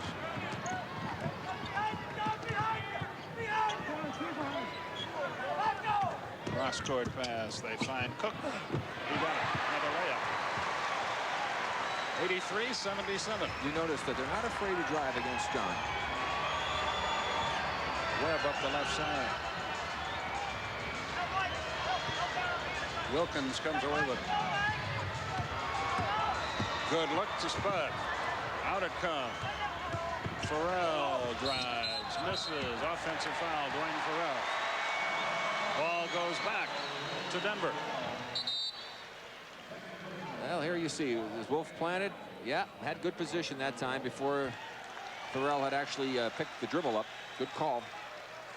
Kenny Battle checks back into the game for the Denver team.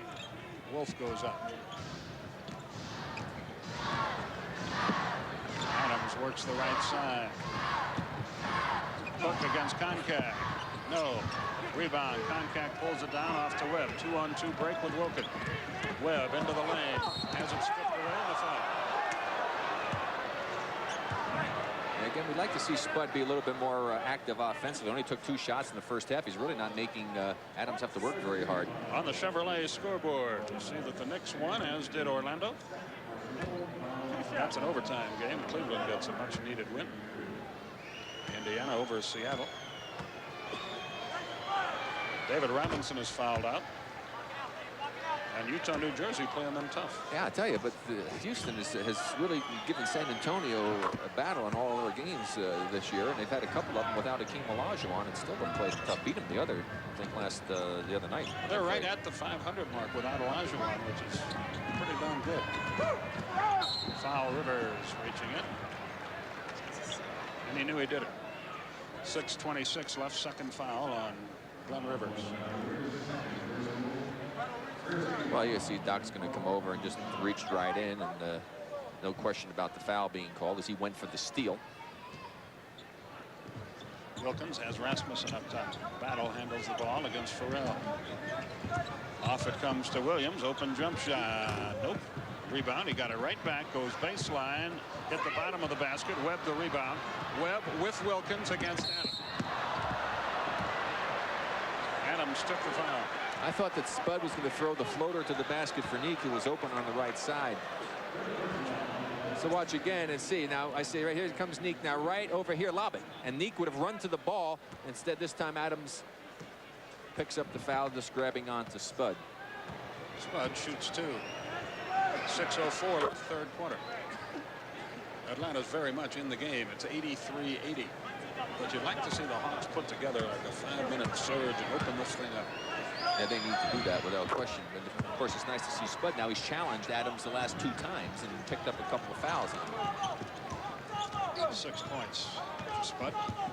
Michael Adams up top. Turnover gives the ball to Atlanta. 5:54 left in the third quarter. And this is as close as they have been for quite a while since they had a lead midway through the first period. Atlanta can tie the game. Rivers on the left sideline against Williams. Koncak sets the pick. Dot, 18-footer tie game. Rivers with 15 is really warmed up here. Here comes Michael Adams the other way. Into the lane he goes. Little jump shot. He can't buy one tonight. Rebound out of bounds. And they're going to give the ball to Denver. Koncak, I guess, touched it last. Bobby Weiss, as you see, did not agree.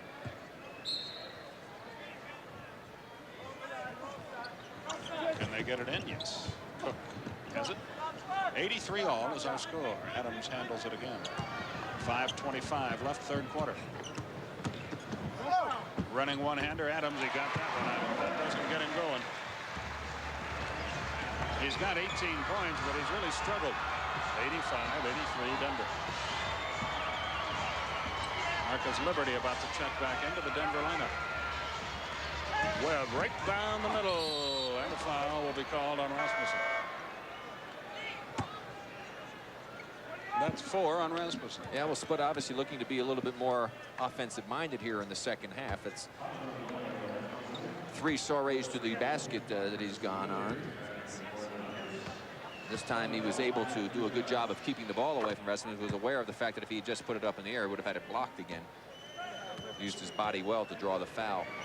Spud can tie the game and does. 5:02 left in the third. And I think one of the big factors here has been the defensive switch they've made to go ahead and put Neek out on Rasmussen. That's cut down on the ability of Rasmussen to get open for those opportunity shots. Now on a switch, Dominique has Michael Adams. Adams finds Rasmussen. Bingo. And Farrell left to go and help. And that left Rasmussen open to shoot over the shorter Farrell. And he has 18. 87-85 Denver. 4:35 left in the quarter. Wilkins, great move, but he missed the layup. Here comes Adams. He's 2 on 3, 2 on 4. So he wisely slows the pace of the things down here. Finds Rasmussen, can't get a shot up. Liberty to Adams. Moses Malone about to check in for Atlanta. 5 on the shot clock. Adams on the move, has it blocked away. Battle has it, can't get a shot up, loses it out of bounds, and the ball will go to Atlanta. Good defense. Malone in, Konkak out. Atlanta will head up the floor and can tie the game once more. Adams 5 out of 20 from the field, 18 points. He does have 14 assists on it. Well, the thing is, he's not a liability totally when he's out there. He's doing other things, and that's what you must do when you're having a tough game shooting, is do some other things to help the team. Rivers comes up with a pass. Dominique draws a double team. Hooks it nicely. Farrell drew the foul. Oh, they call traveling on Farrell. Looked like he slipped as he was going towards the basket. Well, here comes Adams. Denver on top by 2 with 3:40 left, third quarter. Away from the ball, a foul on Moses Malone. And looked like Cook may have, I don't know, got banged. Yeah, looked like maybe got kneed or twisted his ankle or something, but he's hurting. Well, they can ill afford to lose a big man. Rasmussen out, Wolf in. Now Jerome Lane will come into the game. Let's watch the Cook will go out. left-hand side of the screen. Knee, that's what it is, knee, bang knees.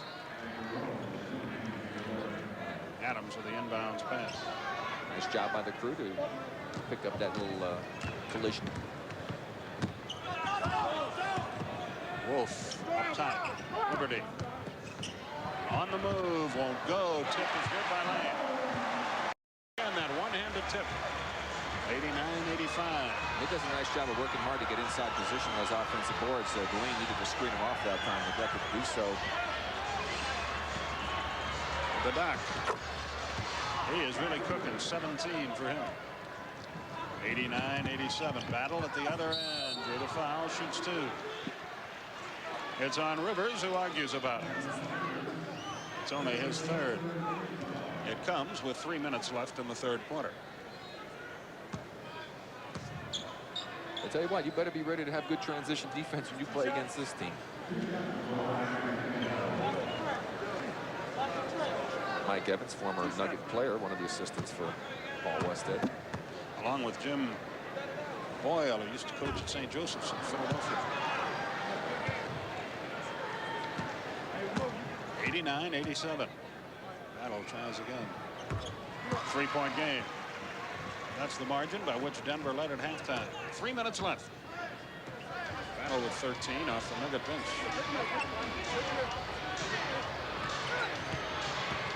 Wilkins thinks about it. The hot man is Rivers. His jump shot. Good again. Well, I'll tell you, he's not getting anything but net. He's got 19.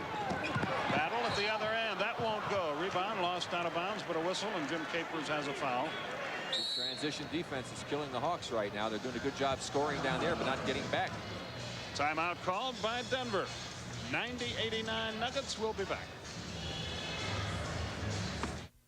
That's life. You little monkey face, you. Dad, you didn't look so hot yourself a few months ago. When the medical crisis is gone, the bills should be too. Aflac supplemental insurance helps close the gaps in your health insurance, like deductibles, co-payments. Aflac lets you get on with your life. Grandpa came through a lot to see you. She's my girl. Life supplies the surprises. Aflac supplies the peace of mind. 160 horses. That's what Chevy S10 packs into the biggest V6 engine ever put in a compact pickup. Enough power to help switch more truck owners to Chevy last year than to any other truck. The move to Chevy is becoming a stampede. More people are winning with the heartbeat of America. Now it's easy to win with the heartbeat. Sunday morning on TBS, World War II. In the wake of Pearl Harbor, one battle will decide the war in the Pacific. Henry Fonda, Charlton Heston, and Glenn Ford. Let's get to battle stations. Midway. Then, Vietnam. The rules of war have changed, but the bravery of America's finest hasn't. John Wayne leads the Green Berets. Midway, followed by the Green Berets. It all begins at 10:35 Eastern on TBS Sunday morning.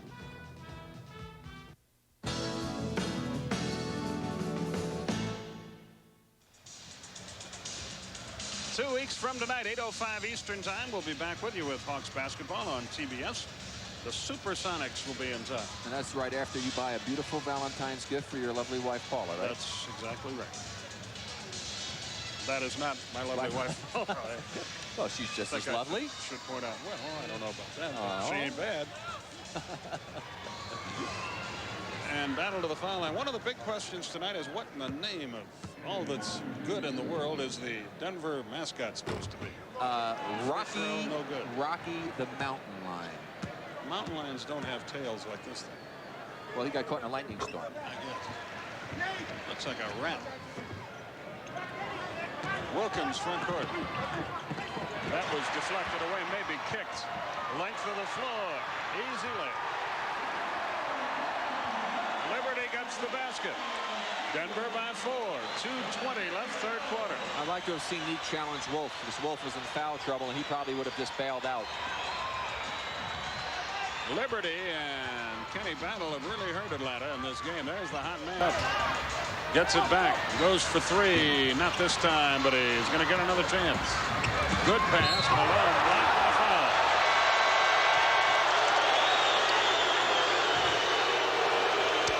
Jerome Lane picks it up. That's only his second. Kevin Willis to check back in for Atlanta. Well, Moses again is going strong to the basket. It looked like the ball was blocked, and if Lane did anything, he hit him after he blocked the shot. John Battle about to check in along with Willis after this first Malone free throw.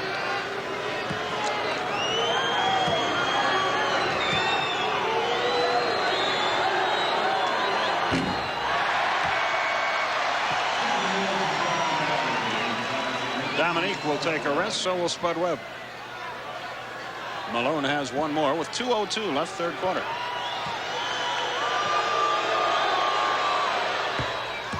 Moses 1 out of 2, 93-90 Denver, and they have the ball. It's okay. The Hawks haven't lost any ground here in this quarter. It didn't look good at the start of the third period, but if they can just not go into one of those deep lulls, they still got a great shot to pull this one out.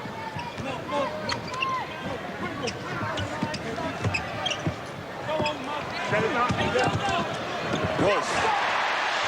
Malone just missed it. Joe Wolf has 10. 95-90. A minute 33 remaining in the third quarter.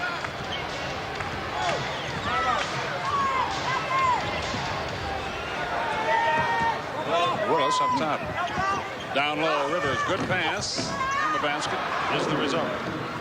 21 for Rivers. Three-point game. Reggie Williams off balance, won't go. Farrell the rebound, knocked away, and a foul against Denver. That's going to be a technical foul. Oh boy, I tell you, Ron Alesiak looked at Jerome Lane, take the ball and throw it into the back support and didn't call a technical foul. That is totally inexcusable. That was a blatant violation. Should have been. Watch the shot. Here's a go at the rebound coming up and reaching in, taking away. Lane's upset. Now watch what Lane does. Look at this. Oh, and he just threw it into the support, and the official was looking right at him and let it go. That should be a tee. Farrell shoots the penalty for Atlanta. 1:11 left in the quarter. I noticed one of the owners of the team, Peter Bino, who was in attendance. We got to talk to him before the ball game. I'm watching. I mean, he's been moving around. He's been sitting in about 4 different places. It kind of reminds me of the general manager of the Warriors, Dick Vertley, used to do the same thing. He just couldn't stand sitting in one spot. In fact, he used to sometimes walk out and listen with the radio in the on the parking lot. 95-94. Denver has the lead and the ball with 1 minute left in the third quarter. And Doc Rivers has a steal, but Malone can't control it. Liberty. They reset the Williams. shot. Three-point basket. They reset the shot clock, and that's what Kevin Lockery's up yelling about, because there was never a possession, and they had reset the shot clock. They make that a 2-point basket. It's 97-94, 45 seconds left. Battle works against Williams. Malone with it. Liberty all over him. Doc for three. No. Rebound. There's Lanigan. 25 seconds left. Denver will slow the tempo now. You see the time in the quarter. 15 on the shot clock. Hawks should be able to possibly get a shot off here if the Nuggets shoot the ball just a little bit sooner than right at 1. 5 on the shot clock. Battle loses it. For three. Williams. No. Rebound Battle with time running out. That's good if it goes, but it doesn't. And the quarter is over, and the teams battle on equal terms in the third quarter. At the end of 3, Denver by 3. We'll be back right after this. Sunday night on TBS. He has no name. What did you say your name was again? I'll kill you! I didn't. No home. A fellow like that, what do we know about him? Who is he? Where's he come from? And only one thing in mind. Revenge. Who are you? Clint Eastwood in High Plains Drifter. Sunday night at 7 Eastern on TBS.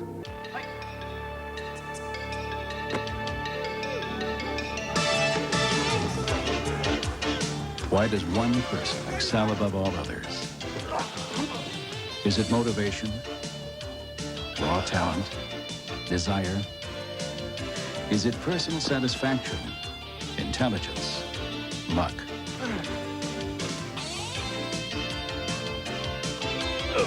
There's no magic formula, and there's really no secret. But there is Soloflex. Because Soloflex is designed and engineered with one thing in mind, your body's needs. And we've created the finest, most complete, and simplest system to attain those needs. With Soloflex, the reward is yours. For a free brochure, call anytime. Well, here's what's happened basically so far. The Nuggets are doing a great job on the offensive boards. 4 of those offensive rebounds for Jerome Lane. Michael Adams shooting poorly, but he has 14 assists. Wilkins and Rivers carrying the load offensively. But in the third period, what really hurt were plays like this for the Hawks being able to take the lead. Dominique throws the ball away. Liberty gets the breakaway, and the transition defense for the Hawks in that quarter was not very good, and that was one of the big reasons why they were only able to play Denver even.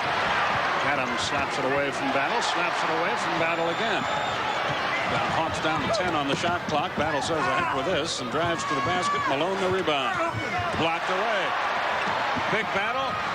It's still on the deck, and Denver comes out of there with a ball, and they've got a 3-on-2. And a slam dunk by Battle. What a pass by Adams.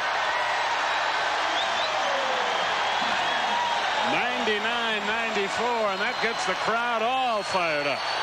Battle almost had another steal. Farrell looks inside, knocked away. Atlanta still has it on the end line. And the Hawks are lucky because Battle he stepped in the backcourt, and it would have been a backcourt violation. The official missed it. Here's the great pass. Look at this move by Battle. From the slam cam. Watch as he just appears in the picture. Catches the lob. 2 hands over the head. Take that, Neek. I can do it too. Farrell out. Wilkins right back in.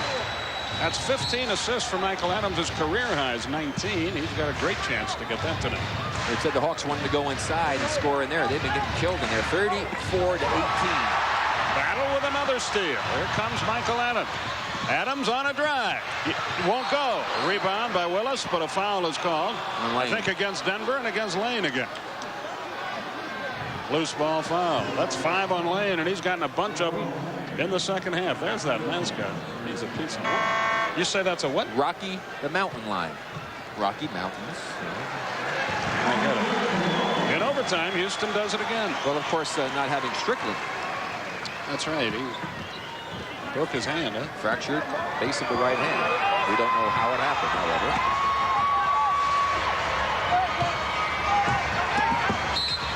That's what they were doing early in the ball game when the Hawks got their lead and had the advantage in the paint.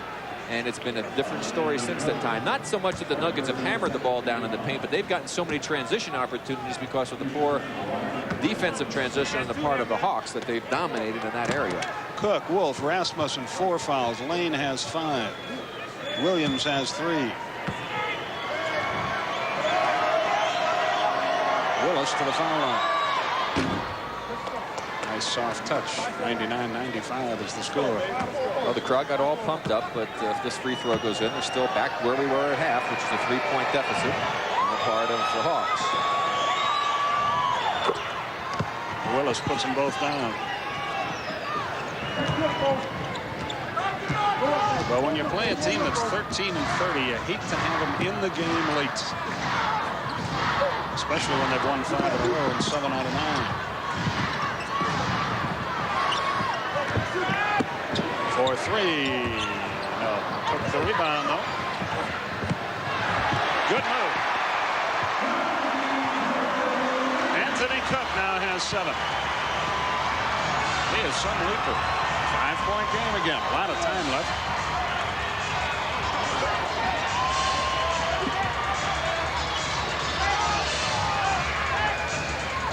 John Battle over Kenny Battle. No relation. 101-98. Here comes Adams. For 3. Uh-oh. We knew that was coming sometime. That's what scares you. 104-98. Reggie Williams about to return for Denver.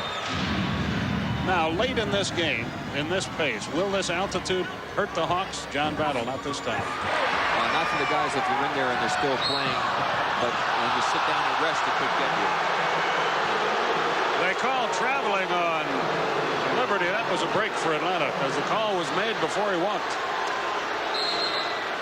Let's see indeed if he does have it. If he gets the possession, he's got it. 1. But he got hit before he got the other foot. That is a bad call. Fans had good reason to be, complain about it. Williams has checked back in. 104-98.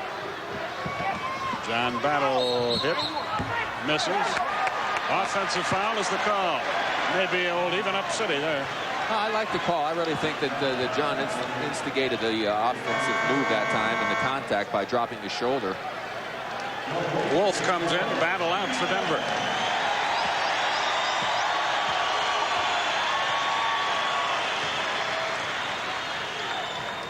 Denver with this fast pace, still only 8 turnovers. That's really remarkable. Wolf handles the ball against Wilkins. They lost the man. Cook couldn't sink it.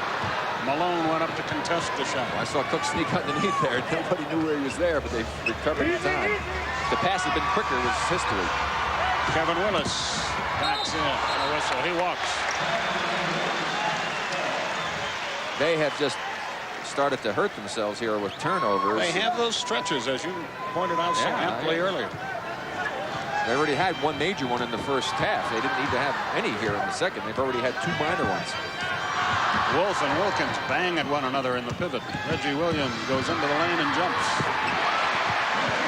8-point game, 106-98, 8:43 left. Williams with 16. Doc Rivers will try to add some stability for Atlanta. He gets ready to check back in. Dominique against Wolf. Got it. Dominique with 23 and 21 at halftime.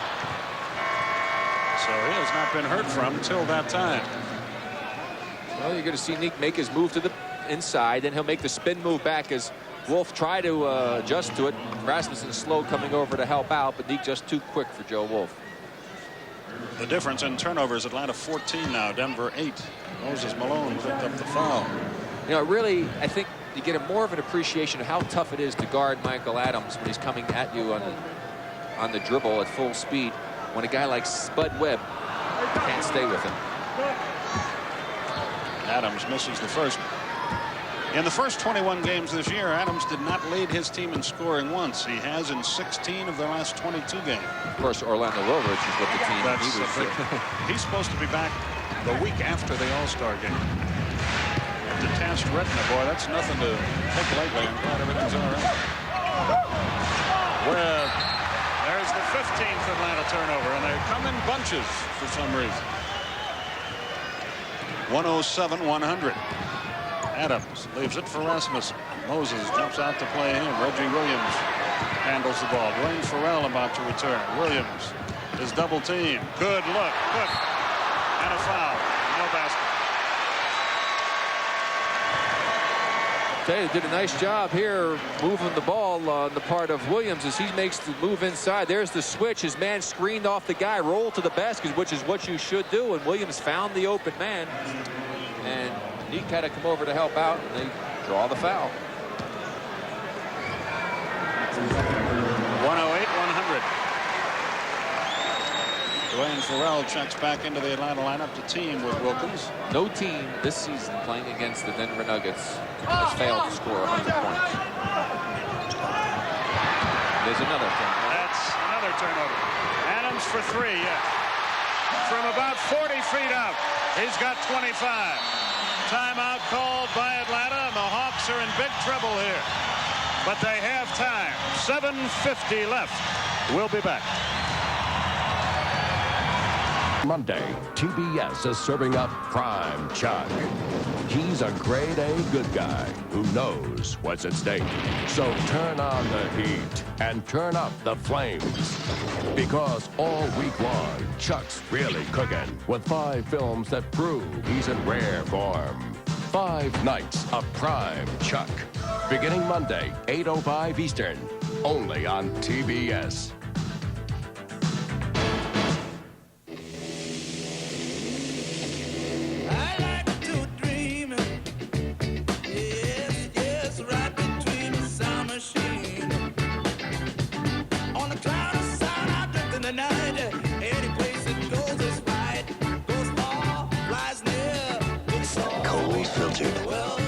Genuine draft.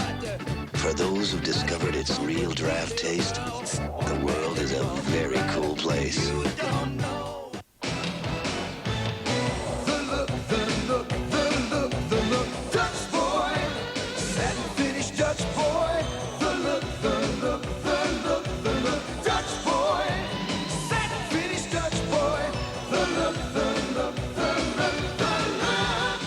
Look that gets the looks. Use Dutch Boy Satin Finish Paint. It's the one finish every room should start with. Dutch Boy, he works hard for your money. And it's time for our new Dutch Boy in the Paint feature, Rick Barry. Yes, and that's where the Nuggets are winning this ball game. 15 offensive boards, 5 by Lane. Rasmussen 18 points. Malone's done a nice job with 12 points off the bench. Now look, here's another one of turnovers. Look at Adams gets his hand on it. Neek just made a bad play, and then Adams dropped one in from about 4 feet behind the three-point line. Atlanta could use a hoop, and to that end, Doc Rivers bangs one home. Thank goodness for him. He has 23. Adams almost fumbled the ball, but gets it back. Yeah, he's got hot. He missed his first 5 three-pointers, and then he's knocked in his last 2. Boy, Cook was alone down under, but Adams did not see him. Adams goes to the hole. Got it. Malone tried to block his shot, could not. 113, 102, 7:15 left.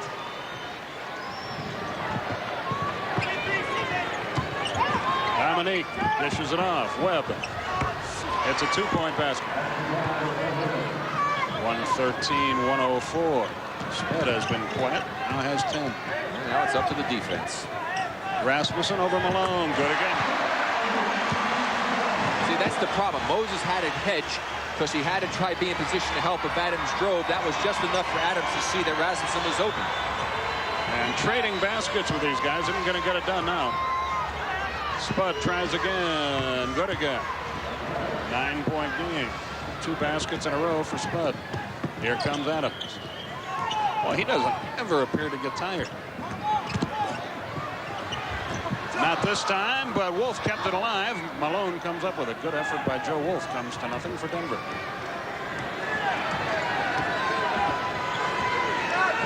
Spud Webb up the left side. Wilkins with it now. They call a foul. The basket won't go. It's on Wolf, and that's fine. Well, I'll tell you, I hate to say this, Battle and Lane come back in for the Nuggets. This is just like a classic deep syndrome game, deep hole syndrome, where you fall behind, battle back, and just keep sliding back all the time you get to the top. And there's, you see, Wolf got contact. You couldn't quite see from that angle, but he did bump him with the chest as Neek goes to the free throw line and try to cut into this 9-point deficit. But, you know, you just fall behind on the road. You expend a lot of energy to get back. Then you slide back again. You keep doing it. You usually run out of gas. You see, that foul situation is the one place where Atlanta has the advantage. Here comes Evans again. Two-shot opportunity, and he almost, even though he had lost the ball, knocked it in anyhow. Now you see what's happened is that the word on Adams is that you make him go left. And so what happens is that he's got so much practice doing it, he's gotten very proficient at blowing by the guy. It's that they overplay him so much to the right side that he's got a real easy way to go with a little simple crossover dribble. So, you know, perhaps it might be a situation where you don't want to shade over a full step, just a half step, so that you're in a better position to recover when he makes that crossover. Adams makes the first and tries again. 4 fouls on Spud. 6:05 left. Of course, that's easy to say sitting here, except being out in the court when he does it so quickly. He makes them both. Dominique will inbound against pressure if he can, and does to Malone. Moses clears it back to Rivers, and Atlanta crosses the line. We're halfway through the final quarter. Wilkins against Battle. Wheels. Battle got a piece of it. Dominique is double teamed out to Doc. Dominique again. Take it inside. He does, and gets the hoop. Yeah, wisely, because Lane has 5 fouls, and he was going to be a little passive defensively. 27 now for Dominique. On the run. Adams misses. Dominique rebounds. Outlet Webb. 2-on-2. Spud takes it right at Rasmussen. Offensive foul. See, that's where, with his quickness, stop 8 feet from the basket and take the little jumper if you want to take it. That's 5 fouls on Spud. Let's watch him again as he's coming down now. He should have just pulled up as Rasmussen was under the basket, taken a nice shot. That would have left Moses with a clear path to go for the offensive rebound should he have missed the shot. 17-9 is the difference in turnovers. 19-8 is the difference in points.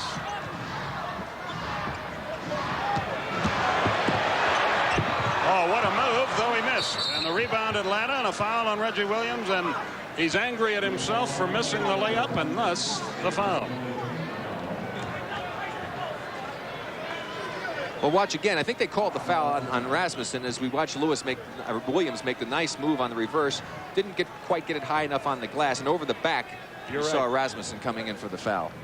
Williams was just upset that he missed the shot. The foul on Rasmussen. That's a break for Atlanta. 5:05 left. It's a 7-point game. Atlanta can cut it to 5.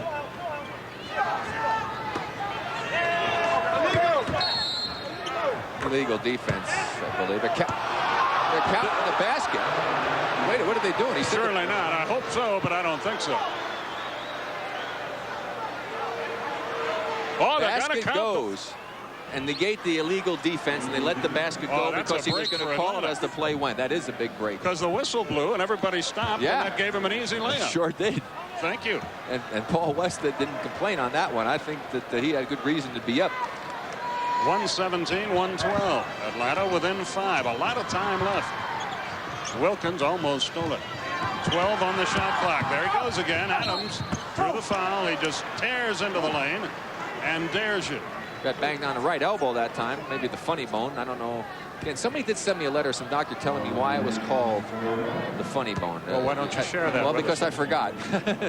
You remember he sent you the letter, but that's it. I know. Here you go. Watch the right elbow, and boom, right over there. That's where they caught him.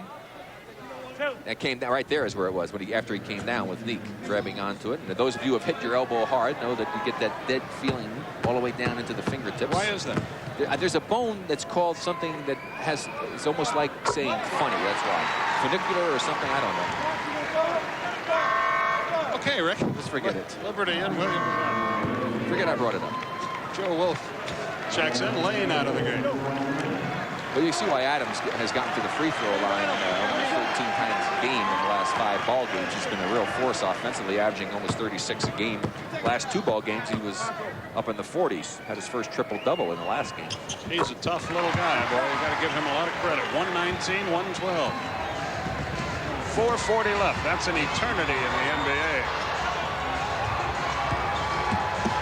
Neek. There's Wolf with a rebound. Adams out of bounds. Who are they going to give it to? Atlanta. Good call. Adams touched it last. Adams knew it.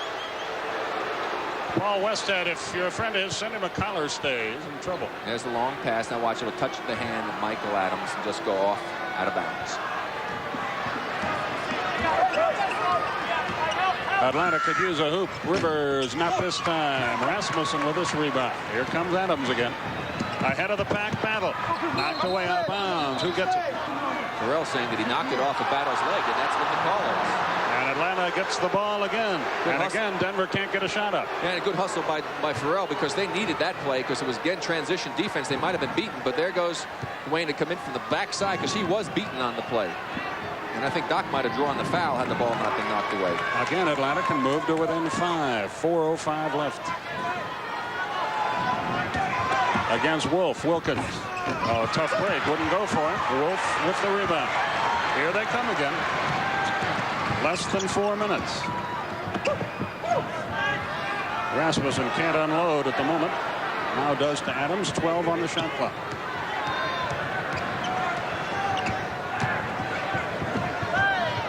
Battle thought about it. Jumps in. Can't buy it. Rebound, Farrell. Good job. Outlet pass, Webb. Webb. Slow. What a play by Adams. What a play. 4-3. No. Rebound, Spud. Ahead it comes to Doc Rivers. Wilkins. Oh, he got crushed as he made the hoop.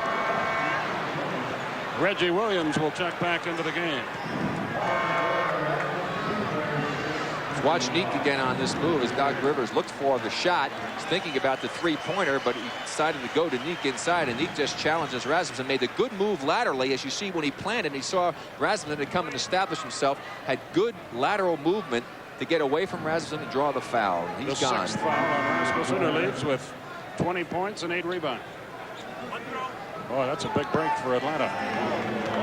Dominique seeks his 32nd point. They're right here. And again, when you talk about that my deep hole syndrome, generally speaking, you want to just barely crawl out of it and get that lead right at the end of the ball game, because otherwise it seems like you'll slip back in. So timing looks good right now for the Hawks. Wolf up top, one of their better scorers, will participate no more for Denver. Adams again. Spud almost got it. 6 on the shot clock. Adams throws up a prayer, nowhere near, and Wilkins the rebound. He's got Spud at the other end for the layup. Timeout, Denver. Shot that too early. I think Denver might need a timeout. It's a 2-point game. 22nd timeout is called by Denver here with 2:48, but they're going to call it a full TV timeout. Atlanta knocks at the door with 2:48 left in the game, and we'll be back.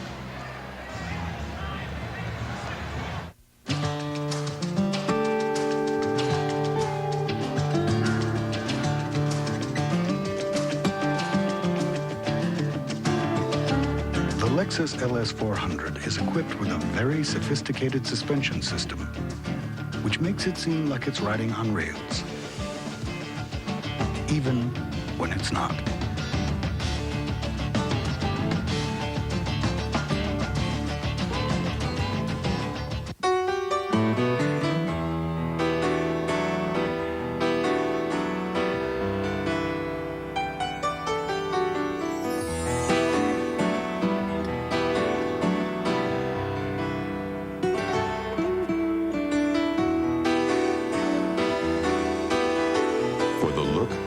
The looks. Use Dutch Boy Satin Finish. It's the one finish every room should start with. In trying to make an artistic statement, one should be careful not to let one's personal aroma do the talking. In order not to offend the critics, I recommend Right Guard Sports Stick. It provides maximum protection and the freshest scents, a sublime palette of odoriferous emanations. After all, a true artiste should be remembered for his inspiration, not his perspiration. Right Guard Sports Stick. Anything less would be uncivilized. Well, Moses Malone did a great job. Credit him here with getting out on Michael Adams. A little help from Spud Webb, forcing Adams to have to throw up this desperation shot, which came up short. And presence of mind on the part of Dominique Wilkins as he spots the streaking Spud Webb, who cuts the lead to 2 with plenty of time left. Once again, the Hawks knock at the door, but let's see if they can walk through. You can see Atlanta's really, it's good to see this. See the Hawks rally. This is the way they played in the 4th quarter in Seattle. But that didn't work out happily. Perhaps this one will. Wolf against Wilkins. He backs in. 12 on the shot clock. To Battle, but a prior to the shot, a foul against Atlanta, and that's a break. Rivers called for the foul. Both teams in the penalty. 1 in. Denver in the paint has outscored Atlanta 38-24. Yeah, but again, that's a little misleading in the respect that Denver hasn't really hammered it down inside to get their offense. It's been off of transition and offensive rebounding, but it still adds up. Those are easy baskets. 121-117. 2.5 minutes remaining. Atlanta could use a score here.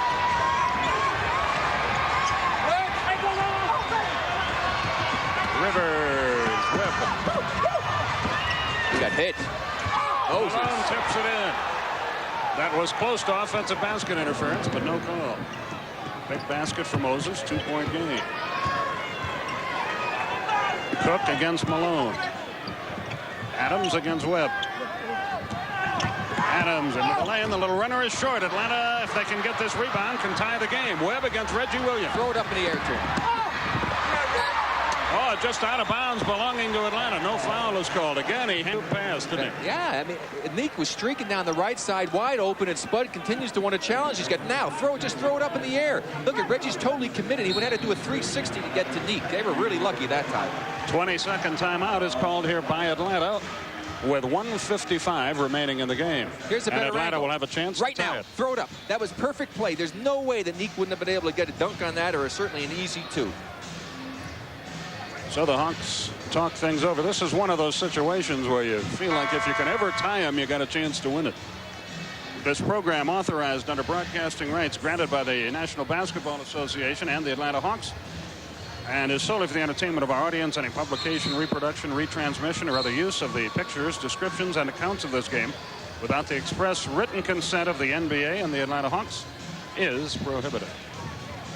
Let's watch this big tip in that Moses Malone got a few moments ago to cut the lead down to 2, as he did a terrific job on timing. You see penetration on the part of Spud Webb, gets the shot up. Looked like, again, he might have had some contact there. Ball comes up short, and Mo tipped that one right back in as we're back to live action. And to tie, Rivers shoots an air ball, but there's Malone. He'll shoot 2. And I tell you, as you pointed out, that ball was very close to still being within the cylinder when Moses tipped it in. And there's Mo again doing a great job. He was a very big factor in the first half with his work inside, and doing it again here late in the ball game. Cook picks up his 5th foul. Malone can tie it at the foul line. Hawks have scored 7 of the last 9 points in this game.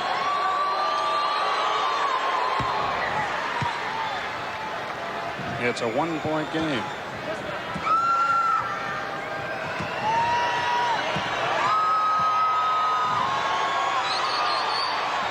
It's a tie game.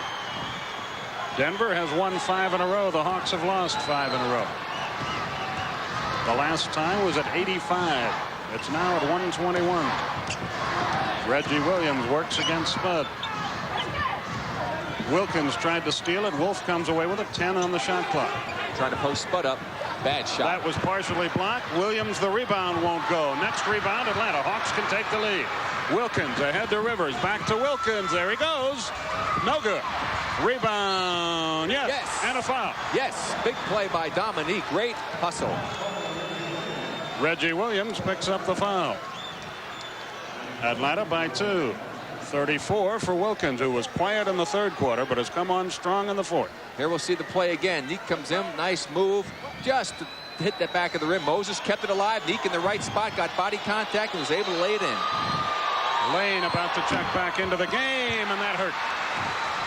Hawks by 2. Denver with the ball. 1:15 left. Michael Adams hasn't handled it much lately, but he does now. Well, they got out of the hole. Let's hope they don't slide back in. Adams, there he goes. Blocked away by Malone. Recovered by Reggie Williams for 3. He got it. Timeout will be called by Atlanta. 19 for Williams as he drained the 3-pointer.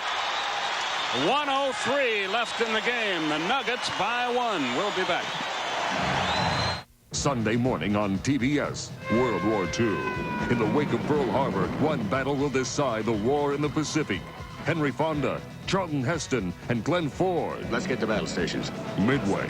Then Vietnam. The rules of war have changed, but the bravery of America's finest hasn't.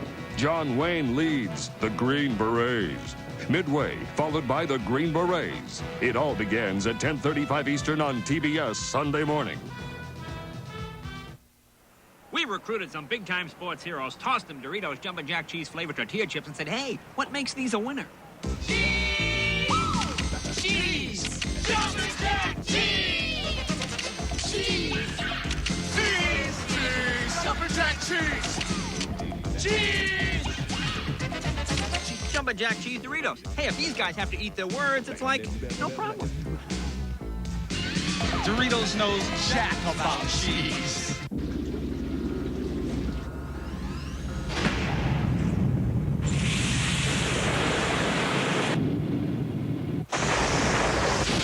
To help fight the corrosive effects of salt and water, every Lexus features airbag terminals plated in gold.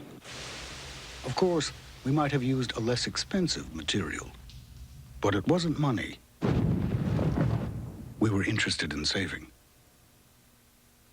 It's funny how the ball bounces. A game of inches, as they say. Here comes Adams. Great play by Moses Malone to knock it away. Spud Webb can't get to it. Williams gets it and then steps back and drills his three-pointer to give Denver a 1-point lead with 1:03 remaining. 124-123 the score. Here come the Hawks.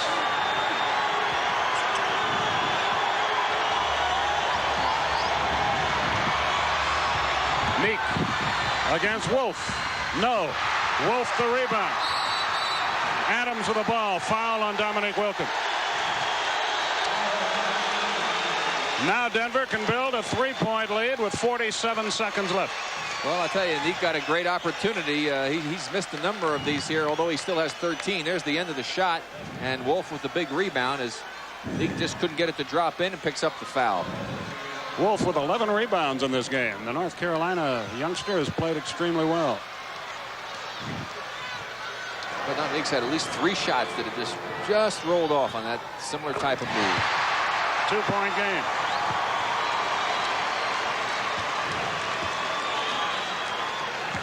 Bobby Weiss has given Doc Rivers the play he wants after this free throw. Nothing but the bottom of the net. 12 for Wolf. They don't need a 3-point shot here. Just get a good basket without wasting a lot of time, and they'll get it back again. Oh, pass is knocked away. Big scramble. Farrell made a great move to Malone. Up top it comes to Spud at the foul line. A foul and the basket is short. Wolf's out. That'll do it for Joe Wolf. Boy, with 30 seconds left. Atlanta really lucky there. They almost killed themselves there on that one pass. Very fortunate to get it back. Wolf gets a well-deserved hand as he leaves. Let's look at the action. Well, that's the one that Farrell picked up, and then quickly to Doc. Good ball movement here. He got Adams coming out, was able to get in, made a nice move to draw the foul against Wolf. Otherwise, he would have had it rejected. And a chance to cut it to a 1-point game. 30.1 seconds remaining. So good defense, and they'll still get the ball back for a final opportunity. This is far from over. Liberty back into the game.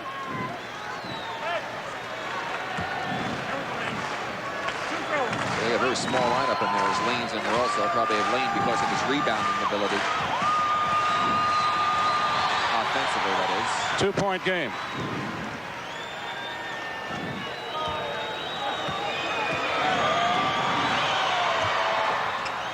One-point game. I was worried when they put that one up there that might have been the one that happened jinxed. 126, 125. Timeout is called by Denver. 18 on the 24-second clock, and right at 24 seconds remaining in the game. Well, now what Denver, I would assume, Rick, wants to do is go to the hole and use the penalty. And I wonder who might do it. Yeah, Michael Adams. Of course, the big thing is this team, on very rare occasions, I'm sure, has ever had to go ahead and try to use the clock up and take a full 24 seconds. So they might be a little screwed up trying to run their offense here. That's a good point. You know, because you're not used to doing it. So we'll see what they come up with. But I would think that they definitely want the ball in the hands of Michael Adams.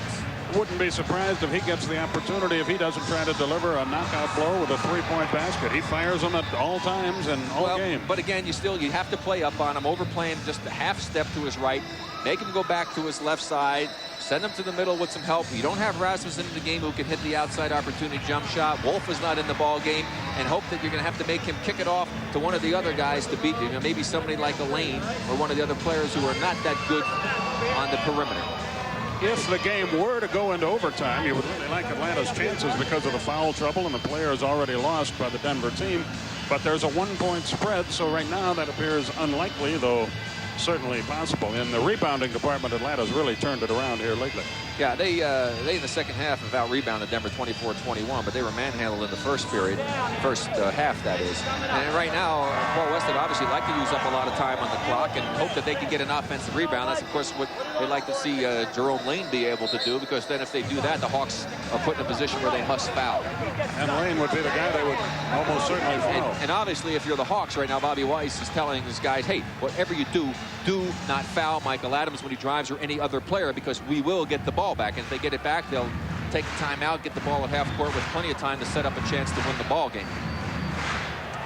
So we're about ready to go. Remember, U.S. Olympic gold's coming up next.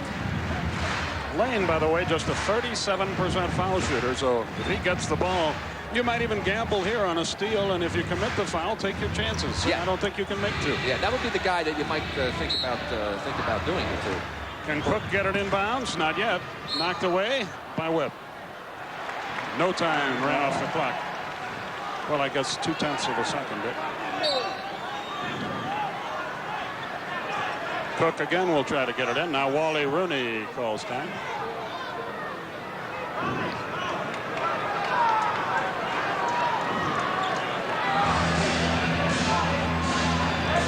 Of a second, I think. Wally Rooney said take another 10th off.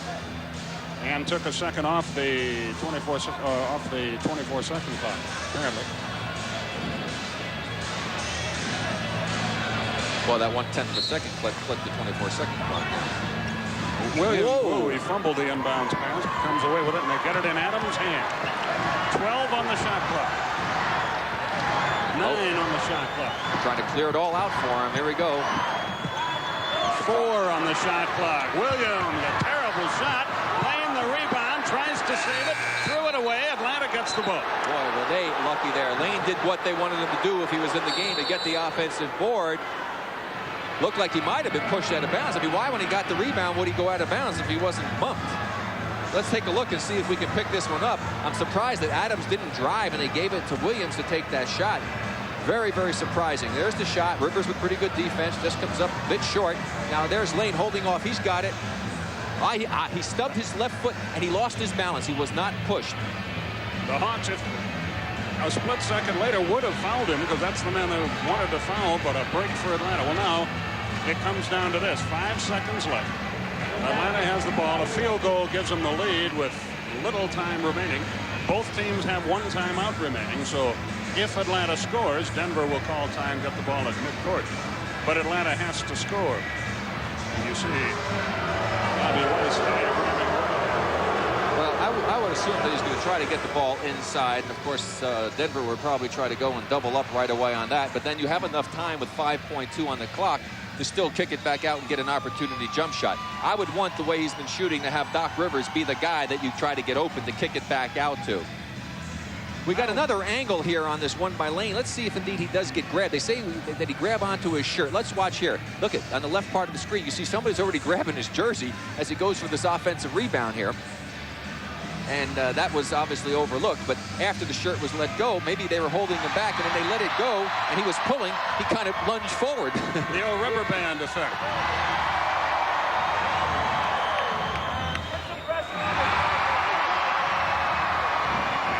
Westhead talk with his troops. It's down to this. The Hawks, by the time they get home tomorrow, we figure will have been flown close to 10,000 miles. It would be awful to have that all for nothing.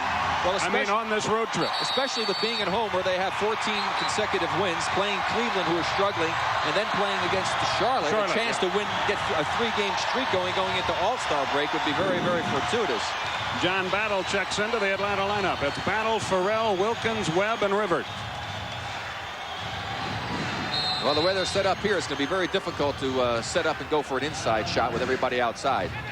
Denver calls timeout this time, and we'll be back for the finish right after this. The amazing Fred Sanford, survivor of well over 1,239 phony heart attacks. Oh, this is the biggest one I ever had. Where will you be when the next big one hits?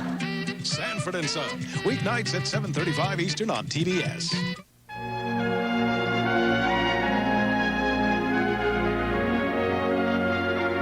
After years of intense work, Lexus is ready to celebrate. Because even at the equivalent of 145 miles per hour,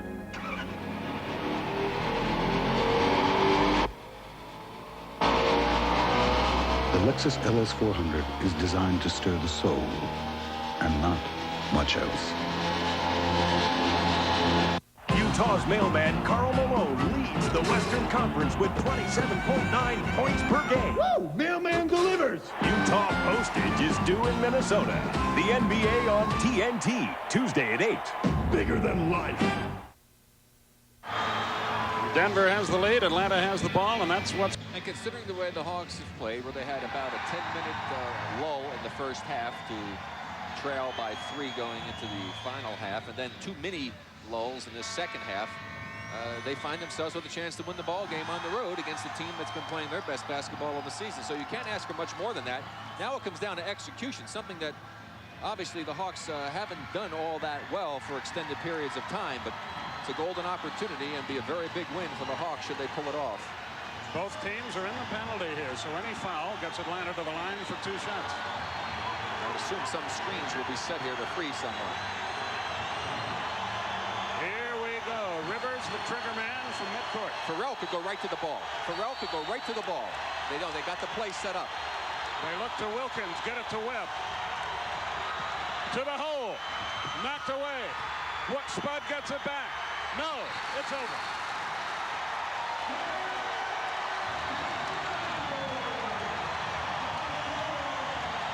Spud Webb, they put it on his shoulders, and he couldn't get it done. And the Hawks go 0 for 6 on the road trip. In 5 of the games, including this one, they were right there, but they couldn't get it done. 126, 125 Nuggets. They have won 6 in a row. The Hawks have lost 6 in a row. Now, I just say, of course, having played a lot of basketball, if I were Dwayne, I would have gone to the ball. The way they were playing defense, Farrell could have gotten that ball, saved a ton of time. As it was, they had a difficult time getting the ball in. With Peter Bino, one of the owners, a happy man. Let's watch the end of it again. Spud going in on the penetration, decides to challenge. He is challenged. Just made a bad pass as Farrell was open and couldn't get the shot to go in. Then his desperation shot was nowhere near. We talked about it, that they have to execute, something that they haven't done well. That was poor execution. 126, 125 Denver is the final, and we'll be back right after this. Won't you sail away now, where the sun warms every shore? The Caribbean calls you with the sweet sea breeze and more. Discover the joys of Royal Caribbean's Caribbean. 3 to 10 night cruises to the Bahamas, Virgin Islands, Barbados, and more on the grand resorts of the 7 seas.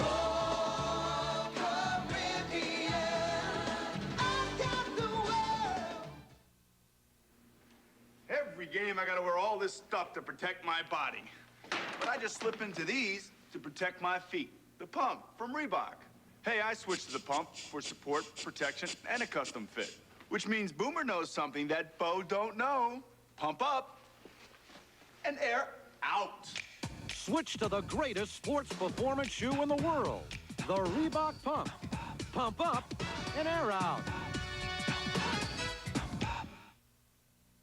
Set.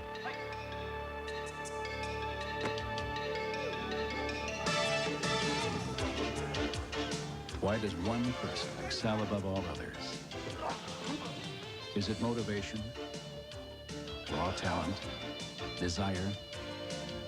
Is it personal satisfaction, intelligence, luck?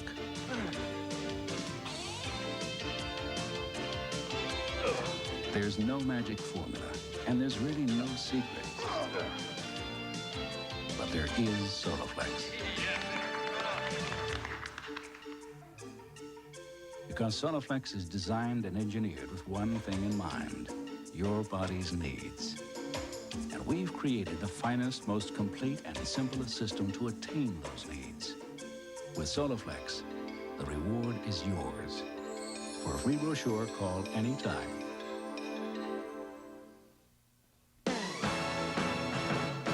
Atlanta Hawks basketball on TBS has been brought to you by the Lexus LS400 and ES250 automobiles, the result of a relentless pursuit of perfection, and by Miller Genuine Draft, cold filtered for real draft taste, so tap into the cold. Well, with victory or defeat riding on this last play, here's the pass into Spudwell. He makes a good move to get by Adams. Now, instead of stopping and pulling up to take a jumper, he decides to challenge all the big guys and didn't get the pass off to an open man. You could see he had wide open man behind him. He had Rivers out here. Just a bad play on the part of Spud Webb, and the Hawks come up short once again. Tonight's Miller Genuine Draft Player of the Game, Blair Rasmussen. He had 5 rebounds, 20 points, and really drained the ball from outside all night long to keep Denver in the lead throughout much of the night, and you'll see some of his work right here. Yeah, it caused a great deal of problems for him. Michael Adams found them all evening long on the perimeter, able to drop in the shots. And this is how Adams did it. He penetrated. You see, Concat came to help out. That left Rasmussen open as a trailer, and he just pulled up and dropped it in. Nice game on the part of Blair Rasmussen, playing with the flu. In the other NBA action tonight, New York a winner. Kiki Vandeweghe with 19. Orlando wins a game in the Battle of Florida. Big game for Rice. Overtime win for Cleveland. Detlef Schrempf a career high, and he was ejected in that contest. Houston in overtime wins. Utah keeps New Jersey on the skids. The mailman, another big night. Okay, once again, our final score, 126-125 Denver. Don't forget, U.S. Olympic gold is next, the track meet coming up. And our next trip with you will be in Atlanta 2 weeks from tonight, 8:05 Eastern Time. Rick and I will be there for the Sonics and the Hawks. It's the Snickers Milrose game. No snickering for the Hawks tonight. They've lost their 6th in a row, 126-125. For Rick Barry, for our TBS crew from Denver, Skip Carey. So long, everybody.